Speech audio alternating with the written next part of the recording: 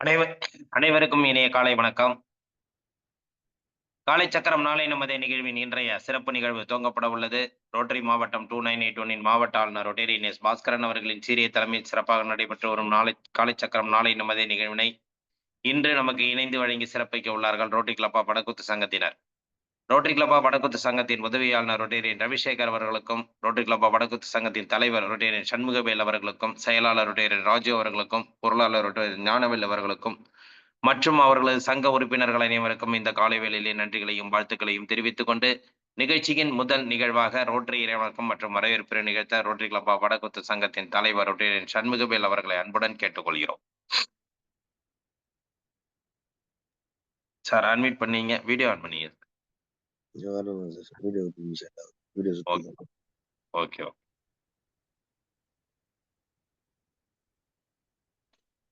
அனைத்து ரோட்டரி உறவுகளுக்கும் இனிய காலை வணக்கம். ரோட்டரி இறைவணக்கம். எல்லாம் வல்ல இறைவனே, மானுடத்தின் தந்தையே, ரோட்டரி நிறுவனரின் எண்ணத்தில் உயர் கோட்பாடுகளை வேரூன்ற செய்த உங்களுக்கு எங்கள் நன்றி.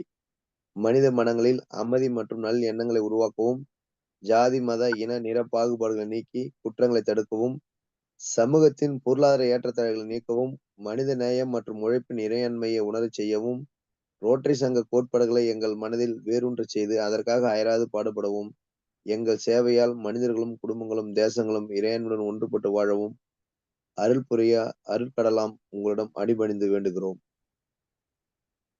நன்றி.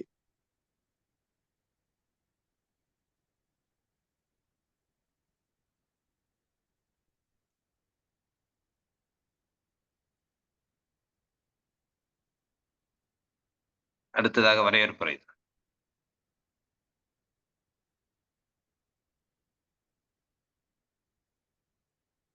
ரோட்டரி மாவட்டம் 2981 மாவட்ட ஆளுநர் பாஸ்கர் அவர்களின் சீரிய தலைமையிலும், டிஸ்ட்ரிக்ட் சேர்மன் ரோட்டரியன் குடும்பாளன் அவர்கள் தலைமையிலும் மிக சிறப்பாக நடைபெற்றுக் கொண்டிருக்கும் இந்த காலச்சக்கர நிகழ்வை வடக்குத்து ரோட்டரி சங்கம் தொகுத்து வழங்குவதில் மிகுந்த பெருமை அடைகிறோம். இந்த காலச்சக்கர நிகழ்வில் ஒவ்வொரு நாளும் ஒவ்வொரு சிறப்பு பயிற்சியாளர் கலந்து கொண்டு உடலுக்கும் உள்ளத்துக்கும் தேவையான சில ஆக்கப்பூர்வமான கருத்துக்களை முன்வைக்கின்றன. இது வந்து மிகுந்த பயனுள்ளதா இருக்கு. இப்ப காலச்சக்கர நிகழ்வு வந்து இந்த ஏரியால வந்து இப்ப முதல்ல வடக்குத்து சங்கம் வந்து இணைந்து வழங்குறது வந்து ரொம்ப பெருமை அடைகிறோம். அடுத்தடுத்து நியர்பை சங்கமும் வந்து பங்கு பெறுவாங்க கண்டிப்பா. இன்றைய சிறப்பு நிகழ்வாக பிரபஞ்ச ஆற்றல் மணிக்கு மிதி என்ற இதுவில் பயிற்சி அளிக்க வரும் சிறப்பு பயிற்சியாளர் காந்தி வெங்கட்ராமன் ஐயா அவர்களையும், வடக்குத்து ரோட்டரி சங்க அசிஸ்டன்ட் கவர்னர் ரவிசேகர் அவர்களையும், தலைவர் பொருளாளர் உள்ளிட்ட ரோட்டரி சங்க உறுப்பினர் அவர்களையும், சான்று பெருமக்கள் அனைவரையும் இந்த காலச்சங்க நிகழ்விற்கு வருகிறோம் என்று வரவேற்கிறோம். நன்றி, வணக்கம். நன்றி நன்றி சார். சார் வீடியோல வரவே இல்லை. வீடியோ எடுக்கலையா சார்? வரும் சார். சுத்துது. சரி சரி. ஓகே, அப்படியே வந்தது அப்படியே. நன்றி.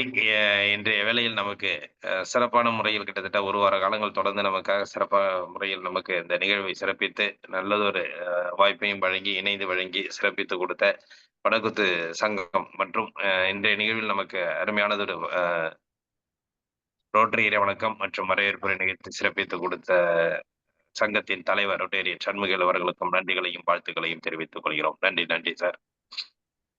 நிகழ்ச்சியின் அடுத்த நிகழ்வாக இறைவேண்டுதல் அளிக்க ஆசான் நல்லசிவம் ஐயா அவர்களை அன்புடன் கேட்டுக்கொள்கிறோம்.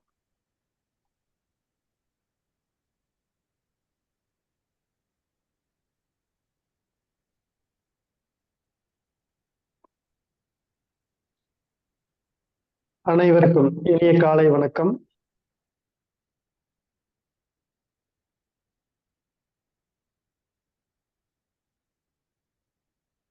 தெளிவு குருவின் திருமேனி காண்டல், தெளிவு குருவின் திருநாமம் செப்பல், தெளிவு குரு திருவார்த்தை கேட்டல். தெளிவு குரு சிந்தித்தல் தானே. தெளிவு குரு சிந்தித்தல் தானே.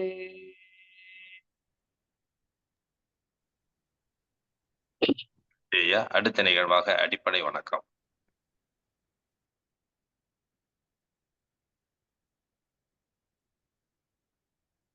சின்முத்திரை வச்சுக்கிறோம். நேராக அமர்ந்து கொள்கிறோம்.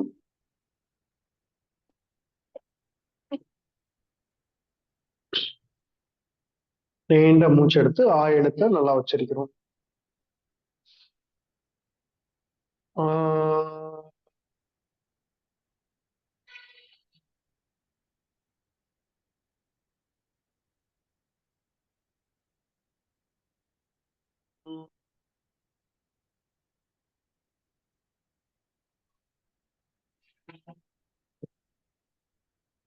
சின்மய முத்திரை.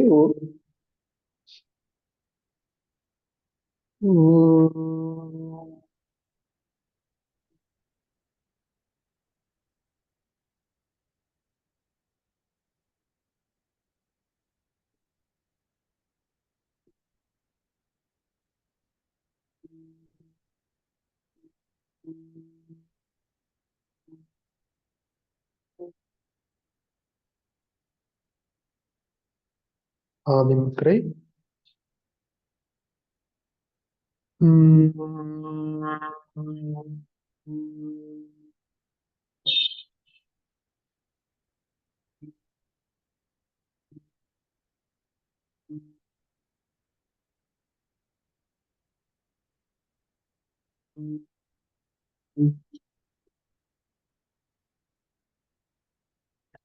வைகறை துயிலெழு.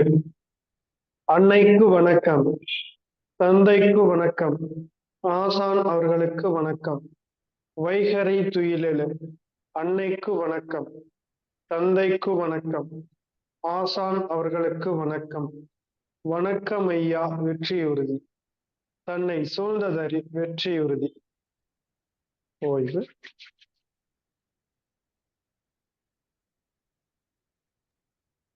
நன்றி நன்றி ஐயா. நிகழ்ச்சியின் அடுத்த நிகழ்வாக தொடர் ஆசன பயிற்சிகள் மற்றும் மூச்சு பயிற்சி.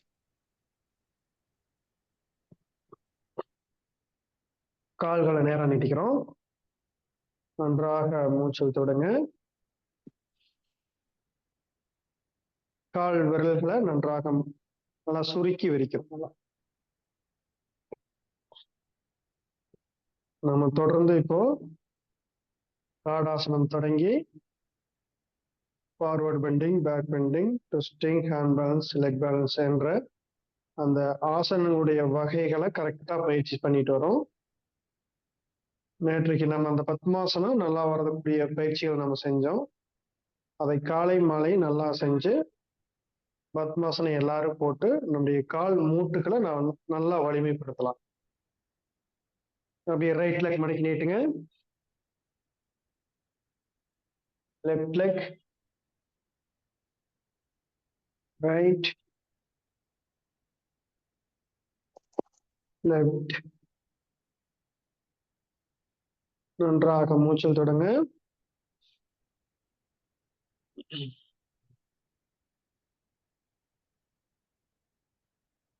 அப்படியே நின்ற நிலைக்கு வந்துடணும்.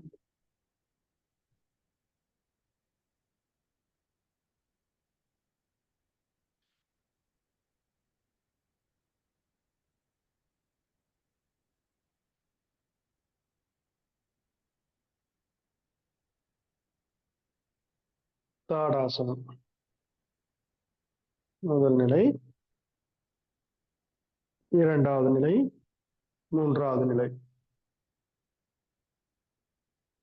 1 2 3 4 5 6 7 8 9 10 11 12 13 14 15. ஓய்வு. நன்றாக மூச்சல் தொடங்க.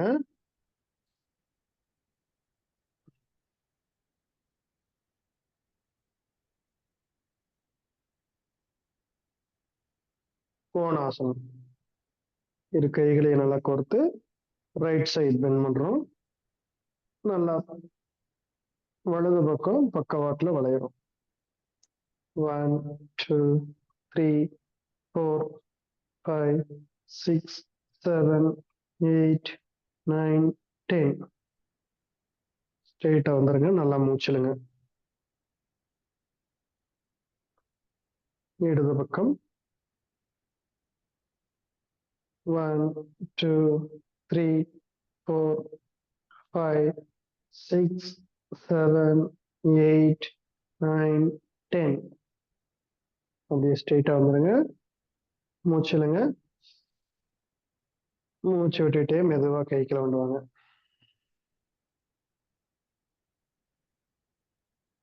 நன்றாக மூச்சில் தொடுறோம்.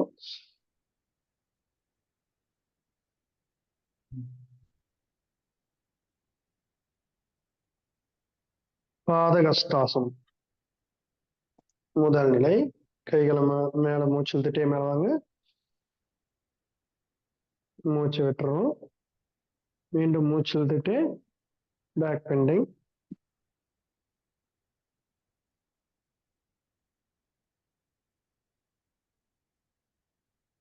அப்படியே ஸ்ட்ரெயிட்டா வந்துடணும். 2 செகண்ட் பின்னாடி நின்று அப்புறம் வரணும். மீண்டும் மூச்சுலுங்க. மூச்சை விட்டுக்கிட்டே மெதுவா கீழே வரும். உடல் நல்லா இலக்கமா வச்சுக்கணும். எந்தவித இறுக்கம் இல்லாம ஃப்ரீயா வச்சு நல்லா கணுக்கால பிடிச்சு முடிஞ்ச அளவு தலை கீழே கொண்டு வாங்க.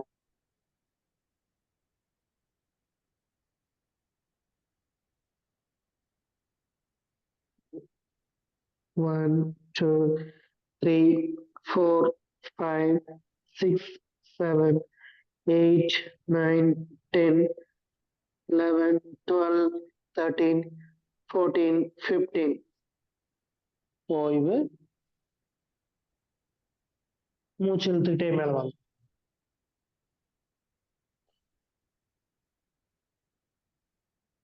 மூச்சு விட்டு மீண்டும் மூச்சு இழுத்துட்டே பேக் பெண்டிங். மூச்சு இழுங்க. ஸ்ட்ரெயிட்டா வந்துருங்க. மெதுவா கைகளை மூச்சு விட்டுக்கிட்டே கீழே வாங்க. பாதகஸ்தாசனம். இந்த ஆசன நிலையில முன்னாடி வளையிற பயிற்சியும் வருது, பின்னாடி வளையிற பயிற்சியும் வருது. நன்றாக மூச்சு இழுத்து விடுங்க.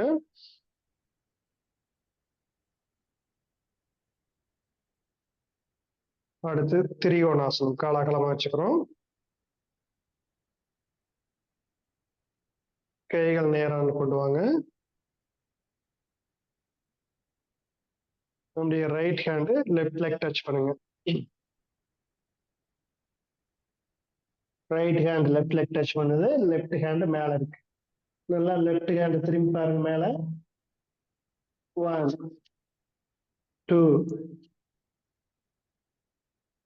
3 4 5 6 7 8 9 10. ஓய்வு. நன்றாக மூச்சல் தொடுங்க. கைகள் நேரம் நீட்டிக்கணும். லெஃப்ட் ஹேண்டு இப்ப ரைட் லெக் டச் பண்ணணும். நம்முடைய இடது கை வலது கால் டச் பண்ணியிருக்கு. வலது கை மேல இருக்கு. மேல பாருங்க. 1 2 3 4 5 6 7 8 9 10. ஓய்வு. நன்றாக மூச்சல் தொடுங்க. கால மெதுவா சேர்த்து வச்சுக்கோங்க. நன்றாக மூச்சல் தொடுங்க.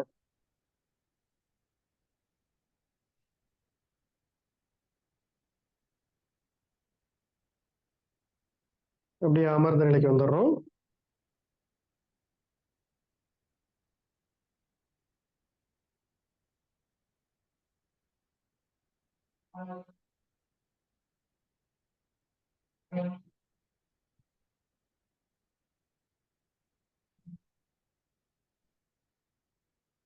கால நேரம் நீட்டிக்குங்க. பத்மாசனம். கைகளை நல்லா மூச்சு இழுத்துட்டு மேலே கொண்டு வாங்க. மெதுவா கீழே கொண்டு வாங்க. ரைட் லெக் எடுத்து லெஃப்ட் லெக் மேல வச்சுக்கிறோம்.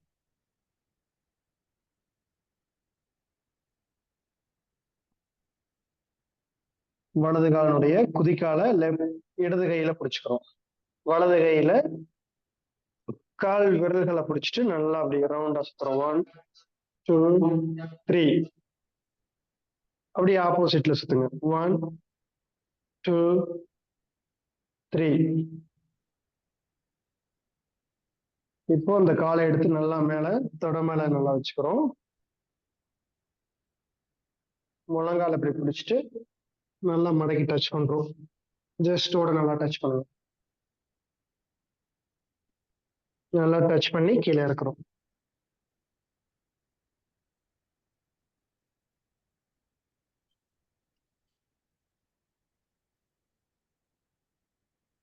ரைட் லெக் வந்து இப்படி நல்லா கால் பாதத்து கீழே ஒரு கை வச்சுட்டு கெண்டைக்கால் பகுதியில் ஒரு கை வச்சு நல்லா அப்படி ரைட் லெஃப்ட் இப்படி ஆட்டுங்க.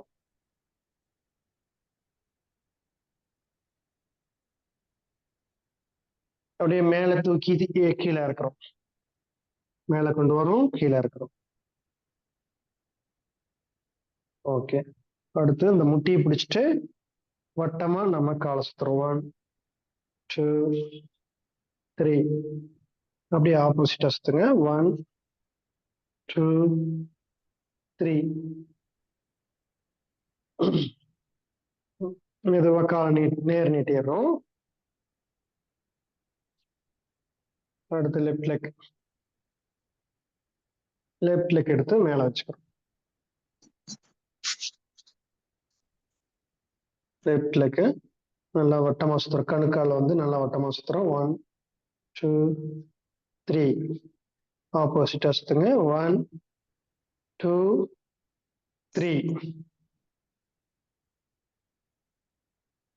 அடுத்து இந்த கால் எடுத்து நல்லா மேல போய் வச்சுட்டு கால் முட்டியை பிடிச்சு நல்லா ஜஸ்டோட டச் பண்ண முடியும். 1 நல்லா கீழே இறக்கணும். 2 3.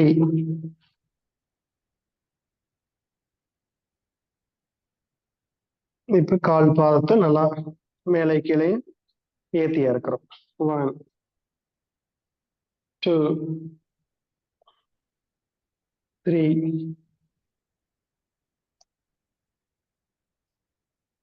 கால் முட்டியை பிடிச்சு நல்லா வட்டமா சுத்துங்க.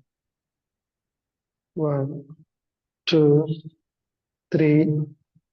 ஆப்போசிட்டா சுத்துங்க. 1 2 3. கால் நேர் நீட்டிக்கிறோம். நன்றாக மூச்சல் தருங்க. அடுத்து கால் இப்படி அகலமா வச்சுட்டு இடது காலை மடக்கி வச்சுக்கணும். வலது காலை நல்லா அப்படி கட்டவரில் பிடிச்சு பார்க்குறோம். வலது கால் கட்டவரில் நல்லா போய் பிடிக்கிறோம்.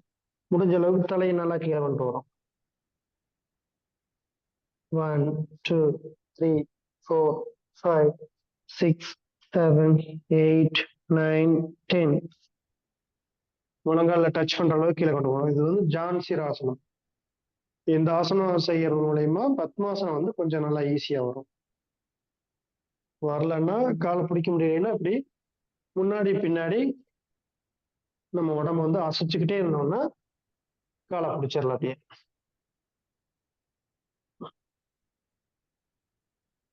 நல்லா கையை கோர்த்து பிடிச்சிக்கலாம்.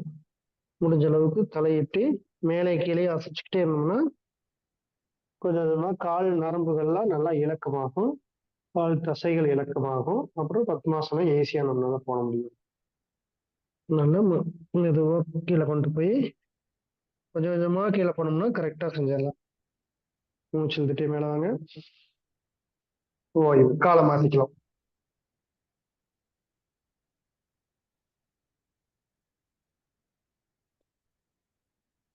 லெஃப்ட் லெக் பிடிங்க. நல்லா தலை கீழே கொண்டு போங்க. 1 2 3 4 5 6 7 8 9 10. இப்போ மேலே கீழே நல்லா அசைச்சுக்கிட்டே இருக்கிறோம். 1 2 3 கால் விரல பிடிக்க முடியும்னாலும் இந்த இடத்துல பிடிச்சு கூட நீங்க அசைக்கலாம். நல்லா மேலே கீழே நல்லா உடம்ப கீழே கொண்டு வரும். 1 2 3 அடுத்து கால் ரெண்டையும் சேர்த்து வச்சு பச்சிமோத்தாசனம் 1 2 3 கால் கட்டாரில் பிடிச்சு முடிஞ்ச அளவுக்கு தலை கீழே இருப்பாங்க. 10 செகண்ட் அப்படியே வச்சிருந்துட்டு நம்ம உடம்ப வந்து முன்னாடி பின்னாடி நல்லா அசைக்கலாம். 1 2 3 4 இப்படி ஒரு 10 முறை நம்ம உடம்ப வளைச்சுக்கிட்டே இருந்தோம்னா நம்முடைய முதுகுத்தண்டு வந்து நல்லா ஸ்ட்ரெயிட்டா நிற்கும் போது வந்து நேரா தலை உச்சி வரைக்கும் கால்ல இருந்து நேரா நம்மளால நிக்க முடியும். இந்த கூன் முதுகெல்லாம் சரியாயிடும். இடுப்புல பெண் இருக்கிறது எல்லாமே சரியாகும். அடுத்து பத்மாசனம். இந்த பயிற்சிகளை எல்லாம் செஞ்சுட்டு நம்ம பத்மாசனம் செஞ்சோம்னா பத்மாசனம் ரொம்ப இயல்பா ஈஸியா கால் வலி இல்லாம செய்ய முடியும். காலை மேல தூக்கி போட்டோம்னா இந்த கால் வந்து நல்லா கீழே இறங்கிடணும் முட்டி.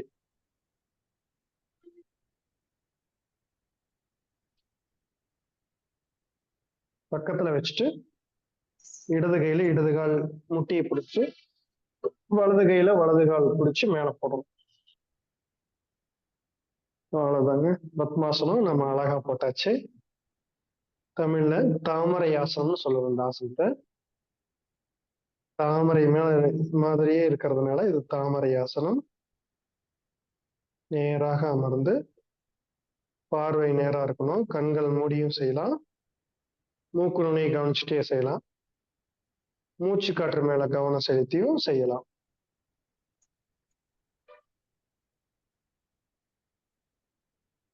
நன்றாக மூச்சு தருங்க.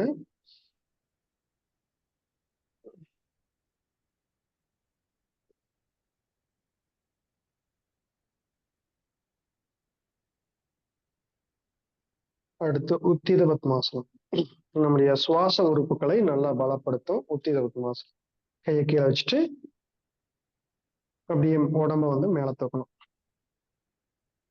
1 2 3 4 5 6 7 8 9 10 11 12 13 14 15 ஓய்வு. நன்றாக மூச்சு விடுங்க.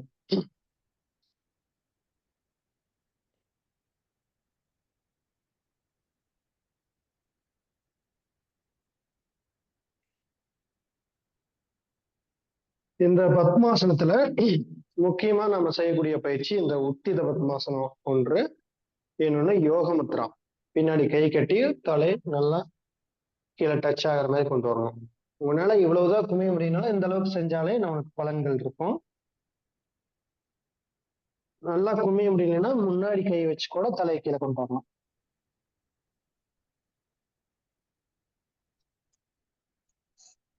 கால் வலி ரொம்ப இருந்துச்சுன்னா ஒரு 5 ஃபர்ஸ்ட் ஒரு 3 செகண்ட் 4 செகண்ட் கூட நீங்க வச்சிருங்க. ரொம்ப வலியா இருந்ததுன்னா உடனே கீழே இறக்கி ஒரு கால் மட்டும் வச்சு அப்படியே பழக பழக உங்களுக்கு நீங்க 100 செகண்ட் வேணாலும் கொண்டிருக்கக்கூடிய வலிமை கிடைச்சிடும்.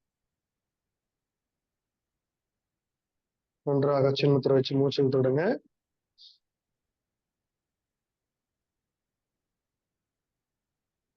அடுத்து கால் நேரா நீட்டிக்கிறோம்.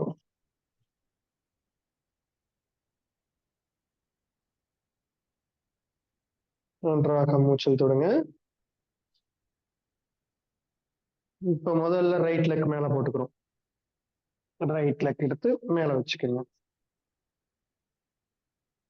ரொம்ப கால் வந்து பத்மாசனம் போடும்போது இப்படி வெளியே வர மாதிரி இப்படி இழுத்து வச்சுக்கிட்டீங்கன்னா உங்களால பத்மாசனம் போட முடியாது. கால் குதிக்கால் வந்து நல்லா இந்த வயிற்று பகுதியை டச் பண்ற மாதிரி வச்சுக்கணும். நல்லா நெருக்கமா ஒட்டி இப்படி வச்சீங்கன்னா தான் பத்மாசனம். இந்த கால் முட்டி வந்து நல்லா இறங்கி வரும். நல்லா கீழே இறங்கி வர மாதிரி இப்படி வச்சுக்கணும். ரைட் லெக் வச்சுட்டோம். அடுத்து லெஃப்ட் லெக் பக்கத்துல கொண்டு வரீங்க. லெஃப்ட் லெக் எடுத்து மேல போட்டுக்கிறோம்.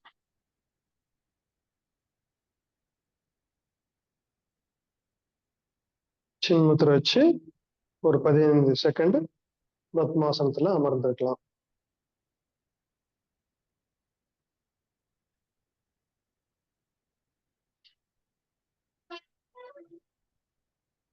அடுத்து உத்தீத பத்மாசனம். அந்த கால் மேல போட்டு நம்ம செஞ்சிட்டோம். அடுத்து யோக முத்திராவுக்கு போய்க்கலாம். மெதுவா கைகளை நீட்டி முடிஞ்ச அளவுக்கு தலைக்கு வந்துக்கணும். 1 2 3 4 5 6 7 8 9 10. ஓய்வு. மூச்சில் தொடுங்க. பத்மாசனத்திலேயே திருகு நிலை ஆசனம், ட்விஸ்டிங் ஆசனம் சொல்லக்கூடிய ஆசனம். கைகளை நீட்டி வலது கையில இடது கால் பிடிச்சிடறோம். இடது கை பின்னாடி வச்சு நல்லா திரும்பலாம். பின்னாடி முதுகு தொண்டை நேரு கீழே வைக்கிறதுனால வச்சுக்கலாம். இந்த கால் பெருவரில் கொண்டு வந்து பிடிக்கிறதுனால பிடிச்சிக்கலாம். நல்லா திரும்பிக்கலாம். 1 2 3 4 5 6 7 8 9 10. ஓய்வு. அப்படியே இடது கை வலது கால் பிடிச்சிடுறோம். 1 2 3 4 5 6 7 8 9 10. ஓய்வு. ரெண்டு கையிலே சின்முத்திரை வச்சு நன்றாக மூச்சில் தொடுங்க.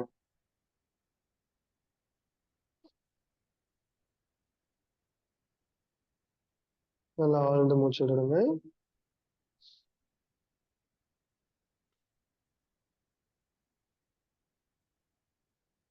திரும்ப பஸ்திரியா. 1 நல்லா மூச்சில் தொடுங்க. 2 3 4 5 6 7 8 9 10. ஓய்வு. மெதுவா காலை கீழே இறக்கிடுங்க. ஆரம்பத்துல இந்த முட்டி நல்லா வலி இருக்கும். ஆனா பிறகு பாத்தீங்கன்னா முட்டி வலியே இருக்காது. நம்ம நீண்ட நேரம் நம்மளால நடக்க முடியும். கால் முட்டிக்கு தேவையான பசைத்தன்மை நல்லா சுரக்க ஆரம்பிச்சிடும். அப்ப கால் முட்டியினுடைய எலும்புகள் உராய்வு இல்லாம இருக்கிறதுனால நமக்கு வலியே வராது. அப்படியே ஸ்ட்ரெயிட்டா சாந்தியாசனையில படுத்துருங்க. உடல் நல்லா தளர வச்சுக்கங்க. எந்தவித இறுக்கம் இல்லாமல் மூச்சு காற்றின் மீதே கவனம் வைத்திருக்க வேண்டும்.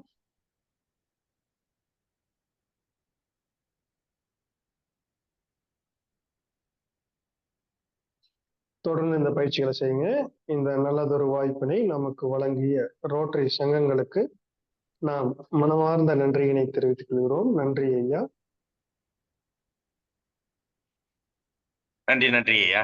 இன்றைய வேளையில் அற்புதமாக நமக்கு அனைத்து விதமான ஆசன பயிற்சிகள் மற்றும் மூச்சு பயிற்சிகள் அளித்து சிறப்பித்துக் கொடுத்த ஆசானால சிவமையா அவர்களுக்கு நெஞ்சார்ந்த நன்றிகளையும் வாழ்த்துக்களையும் தெரிவித்துக் கொள்கிறோம். நன்றிங்க ஐயா.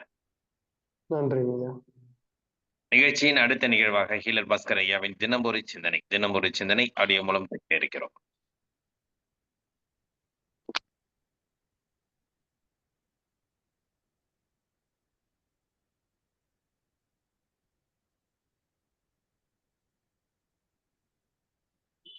காலை வணக்கம். நமது உடலும் மனமும் நிம்மதியாக, அமைதியாக, ஆரோக்கியமாக இருக்க வேண்டும் என்றால் கணவன் மனைவி உறவு ஒழுங்கா இருக்கும். அதுக்கு நாம இன்னைக்கு ஒரு விஷயம் பார்க்கலாம். அதுக்கு பேரு அக்கறை. இங்கிலீஷ்ல அதுக்கு பேரு கேரிங்னு பேரு. அதாவது அக்கறைன்னு என்னன்னா, நம்ம கூட இருக்கிறவங்களுக்கு என்ன தேவை அப்படிங்கிறத பார்த்து கேட்காமையே கொடுக்கறதுக்கு பேர் தான் அக்கறை. அதை பத்தி நம்ம இன்னைக்கு பார்க்கலாம். அதாவது ஆண்களுக்கு 24 மணி நேரமும் யாராவது ஒரு அக்கறையா பார்த்துட்டு இருந்தாதான் வாழவே முடியும், பிடிக்கும். தனியா வாழ்றது கஷ்டம். ஆனா ஒரு பெண் இருக்காங்க இல்லைங்களா, அவங்க ஆணை ஆண்னா கணவர் மட்டும் ஆண் இல்லைங்க, வீட்டுல இருக்கிற எல்லா ஆண்களையும் கேரிங்கா பாத்துக்குவாங்க. அது அவங்களுக்கு இயல்பான ஒரு விஷயம். குழந்தைகளை ஒரு ஆண் வளர்த்துவது ரொம்ப கஷ்டமான விஷயம். ஒரு பெண் இயல்பா வளர்த்துறாங்க. ஏன்னா அவங்களுக்கு அது இயற்கையிலேயே ஊறி இருக்கு. கேரிங் அப்படிங்கிறது பெண்களுக்கு ரத்தம் புத்தியில ஊர்னது, ஆண்களுக்கு இல்லாது. இவருங்க, நாங்க ஒண்ணு வேணும்னே வச்சுக்கிட்டு வஞ்சனை எல்லாம் பண்ணல. It's manufacturing defect. ஒரு அப்படி இருக்குங்க. அதை பத்தி பார்க்கலாம். பொதுவா ஒரு ஆண் உடம்பு சரியில்லாம வீட்டுல படுத்திருக்காரு. அப்போ யாரும் கவனிக்கிறா? மனைவி, இல்லைன்னா அம்மா, அத்தை, சித்தி, அண்ணின்னு, தங்கச்சின்னு, அக்கான்னு, அந்த வீட்டுல இருக்கிற எல்லா பெண்களும் அவரு என்ன உறவு என்னன்னு பார்க்காம வீட்டில் இருக்கிற ஆண்களுக்கு அங்க இருக்கிற வீட்டில் உள்ள பெண்கள் ஒரு அக்கறையோட கவனிக்கிறாங்களா? எப்படி கவனிக்கிறாங்க? டீ கொடுக்குறாங்க, காஃபி கொடுக்குறாங்க, சுடுதண்ணி போட்டு கொடுக்குறாங்க, என்னப்பா ஏதாவது வேணுமா, இட்லி சாப்பிட்றேன்னு கேட்கறாங்க, அதை செஞ்சு கொடுக்குறாங்க. ஒரு வாந்தி எடுத்தாருன்னா கிளீன் பண்றாங்க. இங்க எவ்வளவு பெரிய வேலை. குழந்தை டிவி போடும் பொழுது, தங்கம் டிவி பார்க்காதமா, ஆஃப் பண்ணிக்கோ, அங்கிளுக்கு உடம்பு சரியில்லைல்ல அப்படின்னு வெளியே போன்னு சொல்றது, மழை வந்துச்சுன்னா ஜன்னல அடைக்கிறது, இதெல்லாம் நான் கேட்டா பண்றாங்க, தானா பண்றாங்க இல்லையா? இதுக்கு பேர் தான் கேரி. இப்படி ஒவ்வொரு வீட்லயும் ஆண்களுக்கு அங்க உள்ள பெண்கள், மறுபடியும் சொல்றேன், பெண்கள்னா மனைவி மட்டும் இல்ல, வீட்டுல இருக்கிற எல்லா பெண்களும் எல்லா ஆண்களுக்கும் கேரிங்கோட ஏதோ ஒன்று ஹெல்ப் பண்ணிட்டே இருக்கிறாங்க. இப்போ நான் வீட்டுக்கு போறேன்னு வச்சுக்கோங்களேன், என் ஃப்ரெண்டை கூட்டிட்டு போறேன். எங்க வீட்டுல ஒய்ஃப் இல்ல, அண்ணி இருக்கிறாங்க, இல்ல சித்தி ஊர்ல இருந்து வந்திருக்காங்க. சித்தி காஃபி டீ வேணும் வச்சு தராங்களா இல்லையா? அவங்க ஏன் வைக்கணும்? அவங்க எதுக்கு வைக்கணும்? யோசிச்சு பாருங்க. இப்படி ஆண்களுக்கு வீட்டில் உள்ள எல்லா பெண்களும் அக்கறையோட கவனிக்கிறதுனாலதான் நம்ம எல்லாம் வெளியே சுத்திட்டு இருக்கிறாங்க. நீங்க என்ன பாருங்க, அவ்வளவு நினைச்சிட்டு இருக்கிறாங்க நான் சம்பாரிச்சுதான் நீ இருக்கிறேன்னு. அப்படியெல்லாம் இல்லை. ரெண்டு பேருக்கு ஈக்குவல் ரைட்ஸ். ரோட்ல போய் பாருங்க, ஒரு பெண் ஒரு குடத்தை தூக்கிட்டு தண்ணிக்கு போயிட்டு இருப்பாங்க. யாருக்காக போறாங்க? அவங்களுக்காக போறாங்க, குடும்பத்துக்கு. துவைச்சிட்டு இருப்பாங்க, சண்டை போட்டு இருப்பாங்க, காய்கறி வாங்கிட்டு இருப்பாங்க, இதுக்கு சமையல் பண்றதுக்கு. இப்படி பெண்கள், வீட்டில் உள்ள பெண்கள் ஆண்கள் மேல அக்கறையோட அதை கவனிக்கிறாங்களா இல்லையா? ஆனா இந்த ஆண்கள் எப்பவுமே பெண்கள் அக்கறையோட கவனிக்கும் போது ஜாலியா என்ஜாய் பண்ணிட்டு திருப்பி செய்யறதே இல்லைங்க. அதான் கடுப்பு வருதுங்க. உதாரணமா ஒரு பெண் உடம்பு சரியில்லாம படுக்கிறாங்க இல்லைங்களா? எங்க உடம்பு சரியில்லாம படுத்திருக்கும் பொழுதுதான் அந்த பெண்ணுக்கு நம்ம பிடிச்சவர், குறிப்பா ஹஸ்பண்ட், அக்கறையோட பாத்திர மாட்டாரான்னு ஏங்குவாங்கங்க. ரொம்ப ஏங்குவாங்க. ஆடிக்கும் அம்மாவாசைக்கும் உடம்பு சரியில்லாம படுக்கிறாங்க. அப்பவும் எந்த ஆம்பளையாவது கவனிக்காம விட்டேன்னு வச்சுக்கோங்களேன், செம கடுப்பாய். ஆமாங்க, வீட்டுல ஒரு மனைவி உடம்பு சரியில்லாம படுத்திருப்பாங்க. இந்த ஹஸ்பண்ட் இவர் வாட்டு குளிச்சு போட்டு பேக் எடுத்துட்டு வந்து, ஏமா எங்கம்மா இருக்கிற? அங்க இருக்கிறியா? தூரமா நின்றுட்டு, அங்க படுத்திருக்கிறியா? டிஃபன் ஒன்னும் செய்யல போல் இருக்கு, பரவாயில்லம்மா, நான் வேணா ஹோட்டல்ல சாப்பிட்டுக்கிறேன் அப்படின்னு சொன்னா எவ்வளவு எரியும் தெரியுமா? யோ, உன் சாப்பாட்டை பத்தி என்கிட்ட பேசிட்டு இருக்கிறியே, நான் ஒருத்தி படுத்து கிடக்குறேன், சாப்பிடவே இல்லை, ஏன் சாப்பாட்டை பத்தி கவலைப்படலையான்னு கோவம் வருமா இல்லையா? பாருங்க, ஆண்கள் பேசுற டைலாக்லயே பெண்கள் அவர்கள் மீது அன்பு இருக்கா இல்லையாங்கிறத கண்டுபிடிச்சிருவாங்க. இன்ட்யூஷன் ஒரு ஜாஸ்தி. ஆமாங்க, போன் பேசும்போதே கண்டுபிடிச்சிருவாங்க.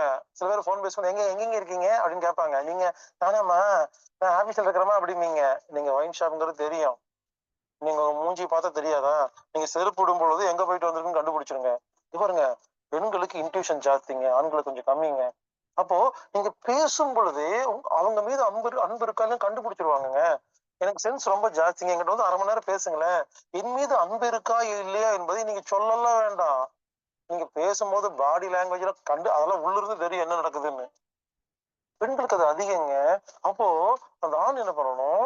இந்த டைலாக் கேளுங்களேன், ஏமா நீ டிஃபன் பண்ணலையா அப்படின்னு அர்த்தம், எனக்கு சோறு வேணும்னு அர்த்தம், நான் ஹோட்டல்ல சாப்பிட அப்படின்னு அர்த்தம், நான் ஜோத்த பாத்துக்கிறேன்னு அர்த்தம். அப்போ அந்த டைலாக்ல ஏதாவது அன்பு இருக்கா? பக்கத்துல போய், ஏமா உனக்கு உடம்பு சரியில்லை, பாரு, கண்டிப்பா நீ சமைக்கக்கூடாது தெரியுமா, பேசாம இரு, நீ சமைக்கலாம் ஒண்ணும் பண்ணாத.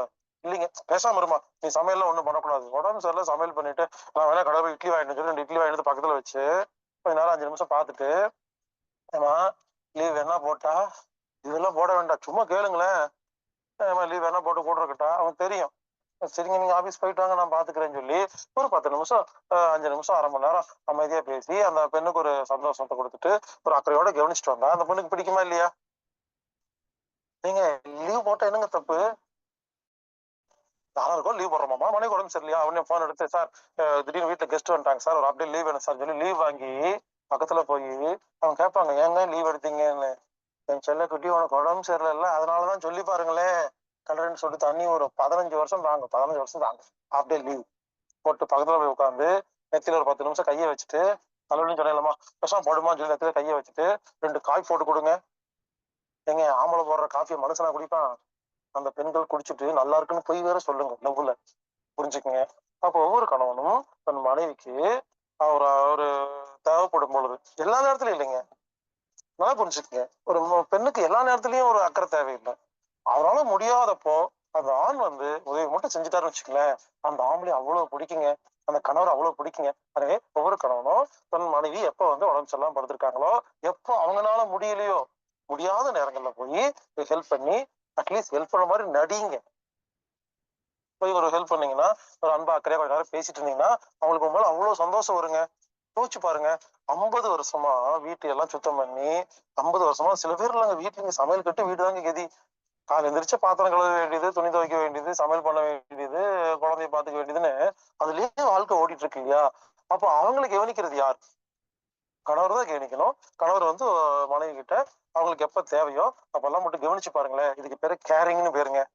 அப்போ இந்த அக்கறைங்கிறதையும் கேரிங்கிறத யாரு கத்துக்கிறீங்களோ, அந்த கணவர் அந்த மனைவி கொடுக்கும் பொழுது அந்த மனைவி சந்தோஷத்துல உங்க மீது அன்பாக இருப்பார். அப்பொழுது குடும்பத்துல கணவன் மனைவிக்குள்ள உறவு ஒழுங்கா இருக்கும். அப்ப குடும்பம் நிம்மதியா சந்தோஷமா வாழும் பொழுது அந்த சந்தோஷத்தில் கிடைக்கும் சக்தியில் நமது உடம்பில் எந்த வியாதி வந்தாலும் தன்னைத்தானே குணப்படுத்தும்.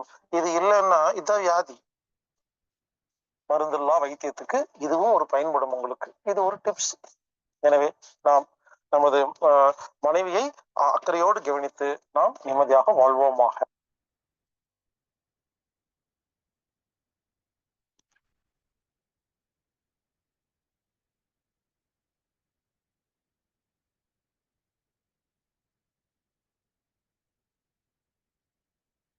நன்றிங்கய்யா. இன்றைய வேளையில் தொடர்ந்து அந்த கணவன் மனைவி எந்த அளவுக்கு அந்த பாசம் இருந்தால் மனம் சந்தோஷப்படும், மனம் சந்தோஷப்பட்டால் குடும்ப வாழ்க்கை எப்படி சிறப்பாக அமையும் என்பதை பற்றி ஒவ்வொரு நாளும் நமக்கு வந்து ஹீலர் பாஸ்கர் ஐயா வந்து பல்வேறு கருத்து குடும்ப சூழ்நிலைகள் என்றளவு உள்ள ஒரு ஒற்றுமையை பற்றி நமக்கு ஒரு அற்புதமான ஒரு புரிதலையும் ஒரு விளக்கத்தையும் ஏற்படுத்தி ஒவ்வொரு நாளும் சிறப்பிச்சுட்டு வராங்க. அதனுடைய அதனுடைய ஒரு சிறு கருத்து தான் இன்னைக்கும் அந்த குடும்ப வாழ்க்கையில் கணவன் மனைவி எப்படி நம்ம சந்தோஷமா இருக்கணும் அப்படிங்கிறத பத்தி ஒரு சிறு உதாரணத்துடன் கூடி நமக்கு ஒரு நல்ல ஒரு நிகழ்வை இன்னைக்கு சிறப்பித்து கொடுத்தாங்க. இன்றைய வேளையில் நமக்கு ஒரு அற்புதமான நிகழ்வை ஏற்படுத்தி கொடுத்த ஹீலர் பாஸ்கர் ஐயா அவர்களுக்கு அனைவரின் சார்பாக நெஞ்சார்ந்த நன்றிகளையும் வாழ்த்துக்களையும் தெரிவித்துக் கொள்கிறோம். நன்றிங்க ஐயா. இன்றைய நிகழ்ச்சி நமக்கு சிறப்பு விருந்தினர் காந்தி வெங்கட்ராமன் ஐயா தொடர்ந்து நம்ம அந்த பிரபஞ்ச ஆற்றலின் சக்தியை பற்றி எப்படி நமக்கு நாமே ஈர்த்து கொள்ள முடியும் என்ற அற்புதமான நிகழ்வை நமக்கு தொடர்ந்து கிட்டத்தட்ட 2-3 வருடங்கள் நமக்கு நமக்கு சிறப்பித்து கொடுத்தாலும் இந்த வருடத்தின் நமக்கு புதுமையான நிகழ்வை நமக்கு தொடர்ந்து சிறப்பித்து வருகிறார்கள். சென்ற வாரம் கூட நமக்கு பிரபஞ்ச ஆற்றலின் நன்றி உணர்வுகள் எந்த அளவுக்கு நம்ம இந்த பிரபஞ்சத்துக்கு நன்றி செலுத்தினோம்னா அந்த பிரபஞ்ச ஆற்றல் நமக்கு நல்ல சக்தியை கொடுக்கும் அப்படிங்கிறத பத்தி சிறப்பான விளக்கம் அளித்தாங்க. இன்னைக்கு வந்து அந்த பிரபஞ்ச ஆற்றலின் மன்னிப்பு விதியை பற்றி நமக்கு அற்புதமாக விளக்கம் அளிக்க காத்துக் கொண்டிருக்கிறார்கள். இந்த வேளையில் நமக்கு இன்றைய நிகழ்வில் சிறப்பிக்க இருக்கும் காந்தி வெங்கட்ராமன் ஐயா அவர்களை மன்னிப்பு விதி பற்றி சிறப்பான ஒரு விளக்கம் அளிக்க ஐயா அவர்களை அன்புடன் கேட்டுக்கொள்கிறோம்.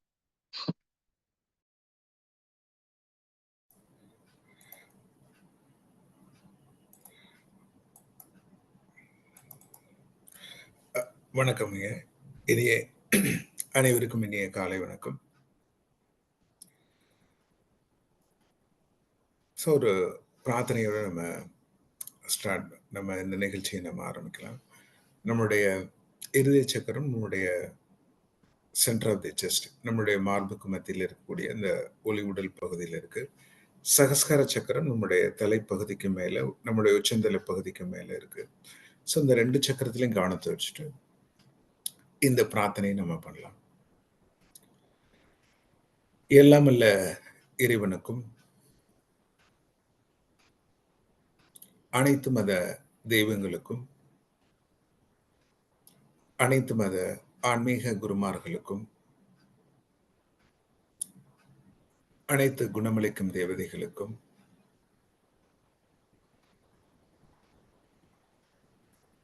உங்களுடைய மேலான தெய்வீக அன்பிற்கும் தெய்வீக வழிகாட்டுதலுக்கும் தெய்வீக பாதுகாப்பிற்கும் தெய்வீக கருணைக்கும் தெய்வீக குணமளிக்கும் சக்திக்கும் மிக மிக நன்றி. எனக்கும் எங்கள் குடும்பத்தார் அனைவருக்கும் நல்ல உடல் ஆரோக்கியத்தினாலும் அமைதியாலும்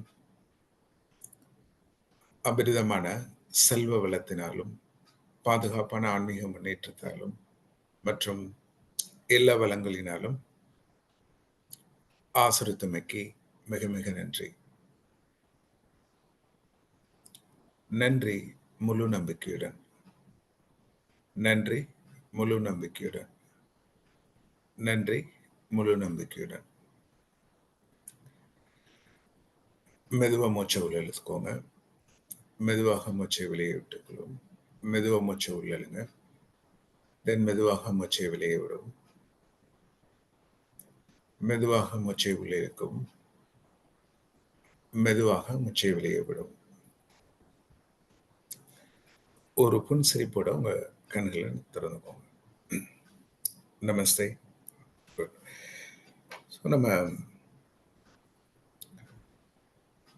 நம்ம ஏற்கனவே அந்த மன்னிப்பு விதை நம்ம ஒரு 4 அல்லது ஒரு 3 மாசத்துக்கு முன்னாடி நம்ம பார்த்துப்போம்.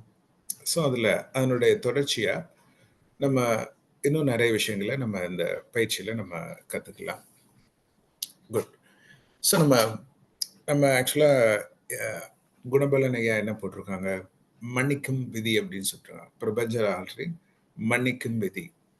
அப்ப மன்னிக்கும் விதி அப்படின்னா என்ன அப்படின்றது நான் சொல்றேன். ஸோ அப்ப இந்த உலகமே பார்த்தீங்கன்னா ஒரு குறிப்பிட்ட ஒரு நேதி அல்லது ஒரு குறிப்பிட்ட ஒரு விதியின் படி தான் என்கிட்ட இருக்கு. இந்த உலகம் முழுவதும் பார்த்தோம் அப்படின்னா ஏதோ ஒரு குறிப்பிட்ட நியதி, ஏதோ ஒரு குறிப்பிட்ட ஒரு விதியின் படி தான் என்கிட்ட இருக்கு. அப்ப அதுதான் என்ன சொல்றாங்க அப்படின்னா லா சொல்லலாம். இப்ப நான் அதை சொல்றேன். அப்ப பூமிக்கும் சூரியனுக்கும் ஒரு குறிப்பிட்ட இடைவெளி இருக்கு. அதே மாதிரி இந்த கிரகங்கள் சுற்றக்கூடிய ஒரு கால அளவு ஒரு குறிப்பிட்ட விதியில இயங்குது. அப்ப நிறைய நம்ம ஸ்பேஸை நம்ம ரிசர்ச் பண்ணி பார்த்தோம். நம்ம விண்வெளியை நம்ம ஆராய்ந்து பார்த்தோம் அப்படின்னா ஒரு குறிப்பிட்ட விதியின்படி தான் இந்த உலகம் வந்து இயங்கிட்டு இருக்கு அப்படின்னு நமக்கு தெரியும். அந்த பூமி வந்து இயங்கிட்டே இருக்கு. அப்ப இந்த பூமிக்கு மேல எப்படி ஒரு விதி இயங்குற மாதிரி இந்த பூமிக்குள்ள நம்ம வாழக்கூடிய இந்த உலகத்தும் ஒரு விதிப்படி தான் இந்த உலகம் இயங்குது. ஸோ அதனாலதான் நம்ம என்ன உருவாக்கி வச்சிருக்கோம், சட்ட திட்டங்கள் நம்ம உருவாக்கி வச்சிருக்கோம். இப்போ ஃபார் எக்ஸாம்பிள் நீங்க நம்ம ரோட்ல நம்ம டிராவல் பண்றோம், நம்ம போறோம் அப்படின்னா, நம்ம இந்தியாவில் நம்ம போனோம் அப்படின்னா எப்பவுமே போகும்போது நம்ம இடது பக்கம் தான் வரணும், அது மாதிரி நம்ம வரும்போதும் அந்த இடது பக்கம் தான் வரணும் அப்படின்ற அந்த விதி எப்படி இந்தியாவுக்குள்ள நமக்கு இந்த மாதிரி இருக்கும். இதே நீங்க யூஎஸ் போனீங்க அப்படின்னா அதுக்கு ஆப்போசிட்டா இருக்கும். அப்ப இன்டிஃபரண்ட் ஆஃப் அந்த டைரக்ஷன் இருந்தா கூட விதிகள் வந்து ஒரே மாதிரி தான் அந்த ஒவ்வொரு நாடுகளுக்கும், அது மாதிரி ஒவ்வொரு ஊர்களுக்கும் அந்த மாதிரி இருக்கும். அப்ப எப்படி ஒரு டிராவல்ல வந்து சில விதிகள் இருக்கு. நீங்க பேங்க்ல நீங்க அக்கௌண்ட் ஆரம்பிக்கணும் அப்படின்னா அதுக்கு செட் ஆஃப் ப்ரொசீஜர்ஸ் இருக்கு. நமக்கு அதுக்கு வந்து நம்மகிட்ட டெபாசிட் இருக்கணும், மினிமம் பேலன்ஸ் இருக்கணும், எந்த சமயத்தில் நமக்கு பேங்க் போகணும், எந்த சமயத்தில் நம்ம விட்ரான் பண்ண முடியும். ஸோ செட் ஆஃப் ரூல்ஸ் வந்து இருக்கு. அது மாதிரி நம்ம பிஸ்னஸ் ஆரம்பிக்கிறோம், அதுக்கும் சில விதிகள் இருக்கு.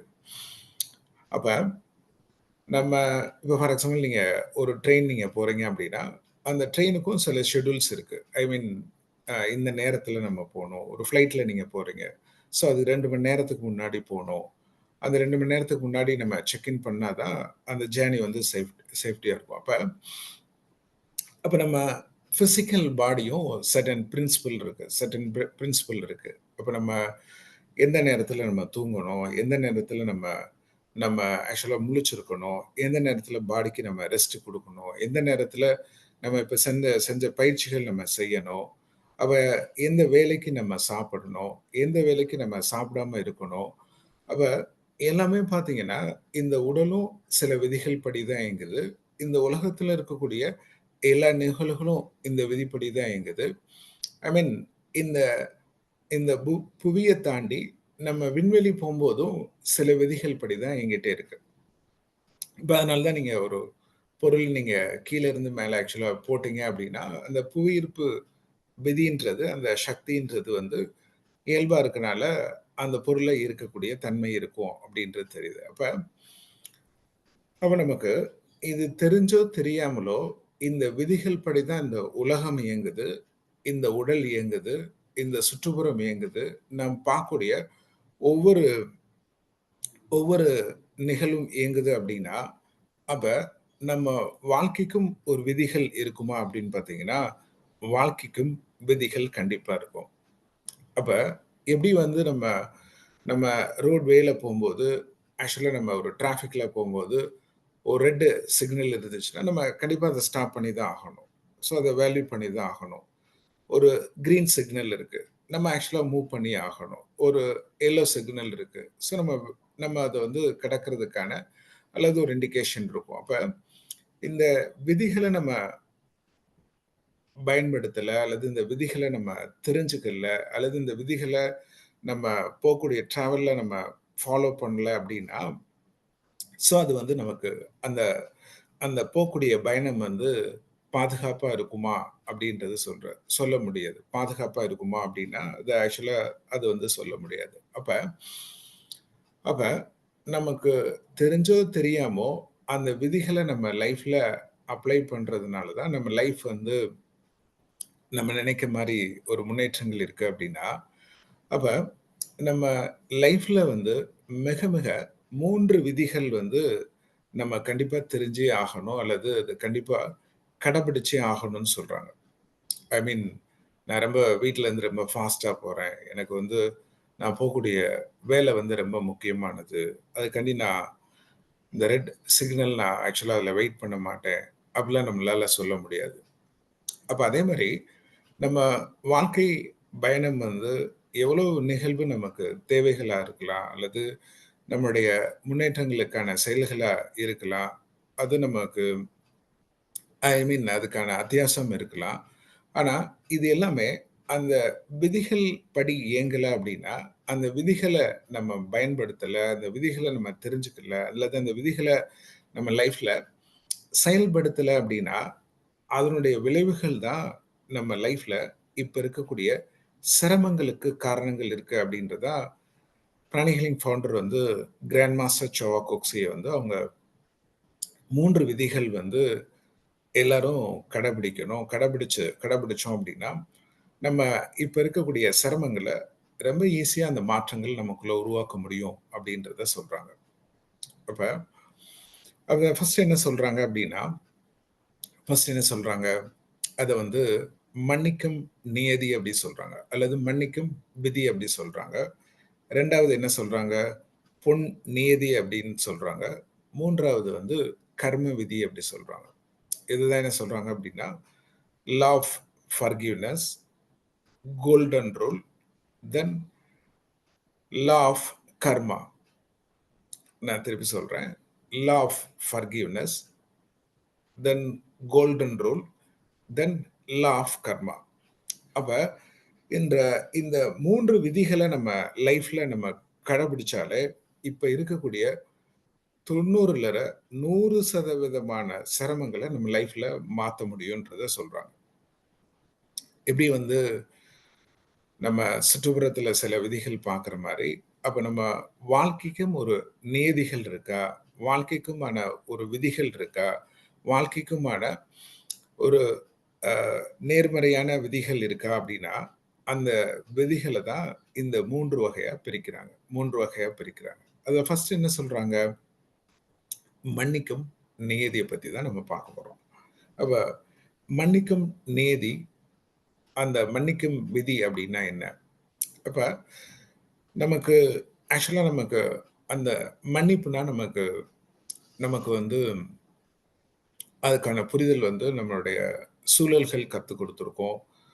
அல்லது நம்ம சில நிகழ்வுகள் நமக்கான அனுபவங்கள், பாடங்கள் நமக்குள்ள இருக்கும் அப்படின்னா, அப்ப மன்னிப்புக்கான இன்னும் ஒரு ஆழமான அர்த்தம், ஆழமான உண்மை நமக்குள்ள தெரிஞ்சுச்சு அப்படின்னா, இந்த மன்னிப்பு நம்ம லைஃப்ல நம்ம நெறைய சமயங்கள்ல நம்ம பயன்படுத்தணும்னா, நம்ம இப்ப இருக்கக்கூடிய சிரமங்கள ரொம்ப சீக்கிரமா நமக்குள்ள நெறைய மாற்றங்கள் நமக்குள்ள உருவாக்க முடியும். அப்ப மன்னிப்புன்றது நமக்கு என்ன மாரியான மாற்றங்கள உருவாக்குது?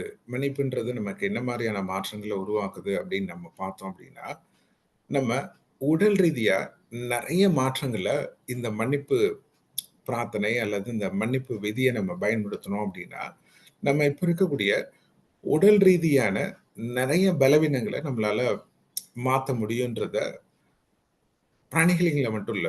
நெறைய இன்னைக்கு ரிசர்ச்ல கண்டுபிடிச்சிருக்காங்க. நெறைய வந்து ஆ நெறைய மருத்துவ முறைகள்ல வந்து அத பயிற்சி பண்றாங்கன்னு சொல்றாங்க. அப்ப அப்ப நம்ம ரெகுலரா இன்னைக்கு நம்ம கத்துக்கிட அ கத்துக்கொள்ளக்கூடிய அந்த மன்னிப்பு பிரார்த்தனைய நம்ம லைஃப்ல நம்ம பிராக்டிஸ் பண்ணோம் அப்படின்னா, உடல் ரீதியான என்ன மாற்றங்கள் நமக்குள்ள இருக்கு அப்படின்னா, நம்ம நெறைய மாற்றங்கள் நம்ம சொல்லலாம். அதுல மிக முக்கியமா நான் 2, 3 நிகழ்வு ஐ மீன் ஒரு ரொம்ப மிக முக்கியமான நிகழ்வு மட்டும் சொல்றேன். இப்ப இன்னைக்கு நெறைய பேருக்கு வந்து ஒரு சுகர் இருக்கு, பிரஷர் இருக்கு அப்படி சொல்றாங்க. ரத்த அழுத்தம் இருக்கு. ஐ மீன் ஒரு நீரிழிவு நோய்லாம் சொல்றாங்கல்ல.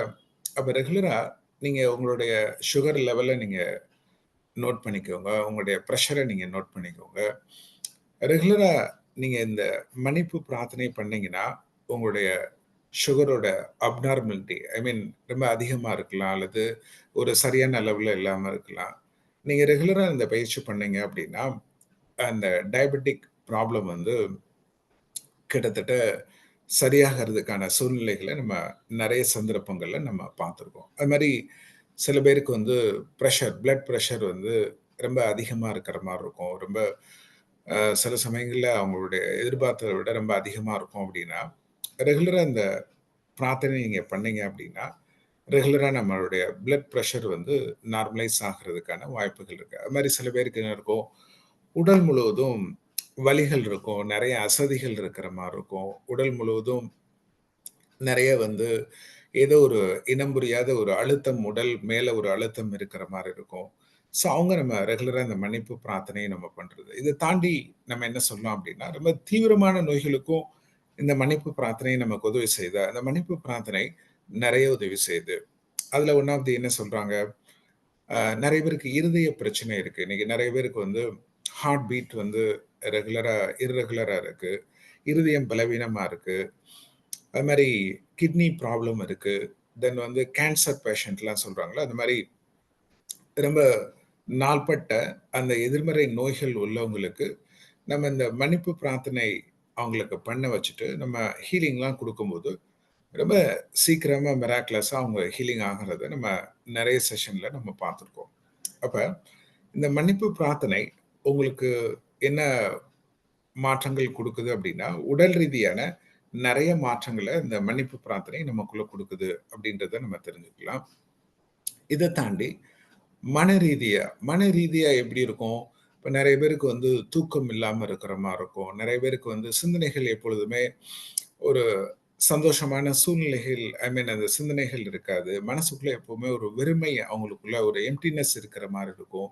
அது மாரி ஒரு மனதுக்குள்ளேயே உங்களுக்குள்ள ஒரு அமைதி இல்லாத தன்மை இருக்கிறவங்க, ரெகுலரா அந்த பிரார்த்தனை நம்ம பண்ணோம் அப்படின்னா, நமக்குள்ள அந்த இனம் புரியாத அந்த மன அமைதிக்கான சந்தோஷத்த நம்ம வாழ்க்கையில அது அனுபவங்களா கொண்டு வர முடியும் அப்படின்றத சொல்றாங்க. அதுக்கப்புறம் உறவுகள் ரீதியான பிரச்சனைகள். இப்ப இன்னைக்கு நெறைய உறவுகள் வந்து நம்ம எதிர்பார்த்த மாரி இருக்கா அப்படின்னா, அதுக்கான பதில் வந்து சில சமயங்கள்ல இருக்கும். சில சமயங்கள்ல இல்லாம இருக்கும். அப்ப இந்த உறவுகள் வந்து நம்ம எதிர்பார்த்தது மாரி இல்லாததுக்கான அந்த மாற்றங்கள நம்ம நெறைய முயற்சி பண்ணி பார்த்துருப்போம். நெறைய அவங்கட்ட அறிவுரை சொல்லியிருப்போம். நெறைய அவங்கட்ட நம்முடைய நிலைய நம்ம சொல்லியிருப்போம்.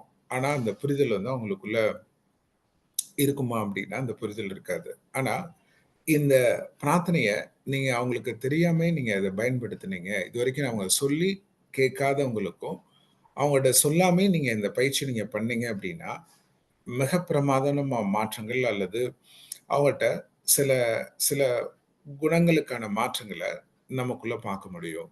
அப்டின்றத சொல்றாங்க. இத தாண்டி என்ன ஒண்ணு இருக்கு அப்டின்னா, நம்ம லைஃப்ல இப்ப இருக்கக்கூடிய நம்ம நம்ம ஆத்மாவையும், குணப்படுத்தக்கூடிய சக்தி வந்து மன்னிப்பு பிரார்த்தனைக்கு இருக்கு அப்படின்றத சொல்றாங்க. அப்ப நிறைய நன்மைகள் வந்து நமக்கு தெரிஞ்சோ தெரியாமலோ எப்படி அந்த விதிகள் எப்படி இந்த உலகம் இயங்குற மாதிரி நம்ம வாழ்க்கைக்கான ஒரு மாற்றத்தை கொடுக்கறதுல அதனால தான் என்ன சொல்றாங்க, விதினா என்ன சொல்றாங்க, கண்டிப்பா பயிற்சி பண்ணியே ஆகணும். நமக்கு பிடிக்குது, பிடிக்கல, நமக்கு தெரியும், தெரியல அப்படிலாம் கிடையாது. ஸோ நமக்கு எப்படி ஒரு சர்டன் பிரின்சிபிள்ல எப்படி உலகம் இயங்குற மாதிரி நம்ம வாழ்க்கை நல்லா இருக்கணும் அப்படின்னா, இது நமக்கு பிடிச்சாலும் பிடிக்காம இருந்தாலும் நம்ம பயிற்சி பண்ணும்போது நம்ம வாழ்க்கையில ஒரு மாற்றங்கள் உருவாகுது அப்படின்றத நம்ம தெரிஞ்சுக்கலாம். குட். அப்ப நம்ம என்ன பார்த்தோம்? ஸோ எப்படி ஒரு விதிப்படி இயங்குது? எப்படி நம்ம வாழ்க்கைக்கான விதிகள் எப்படி இயங்குது?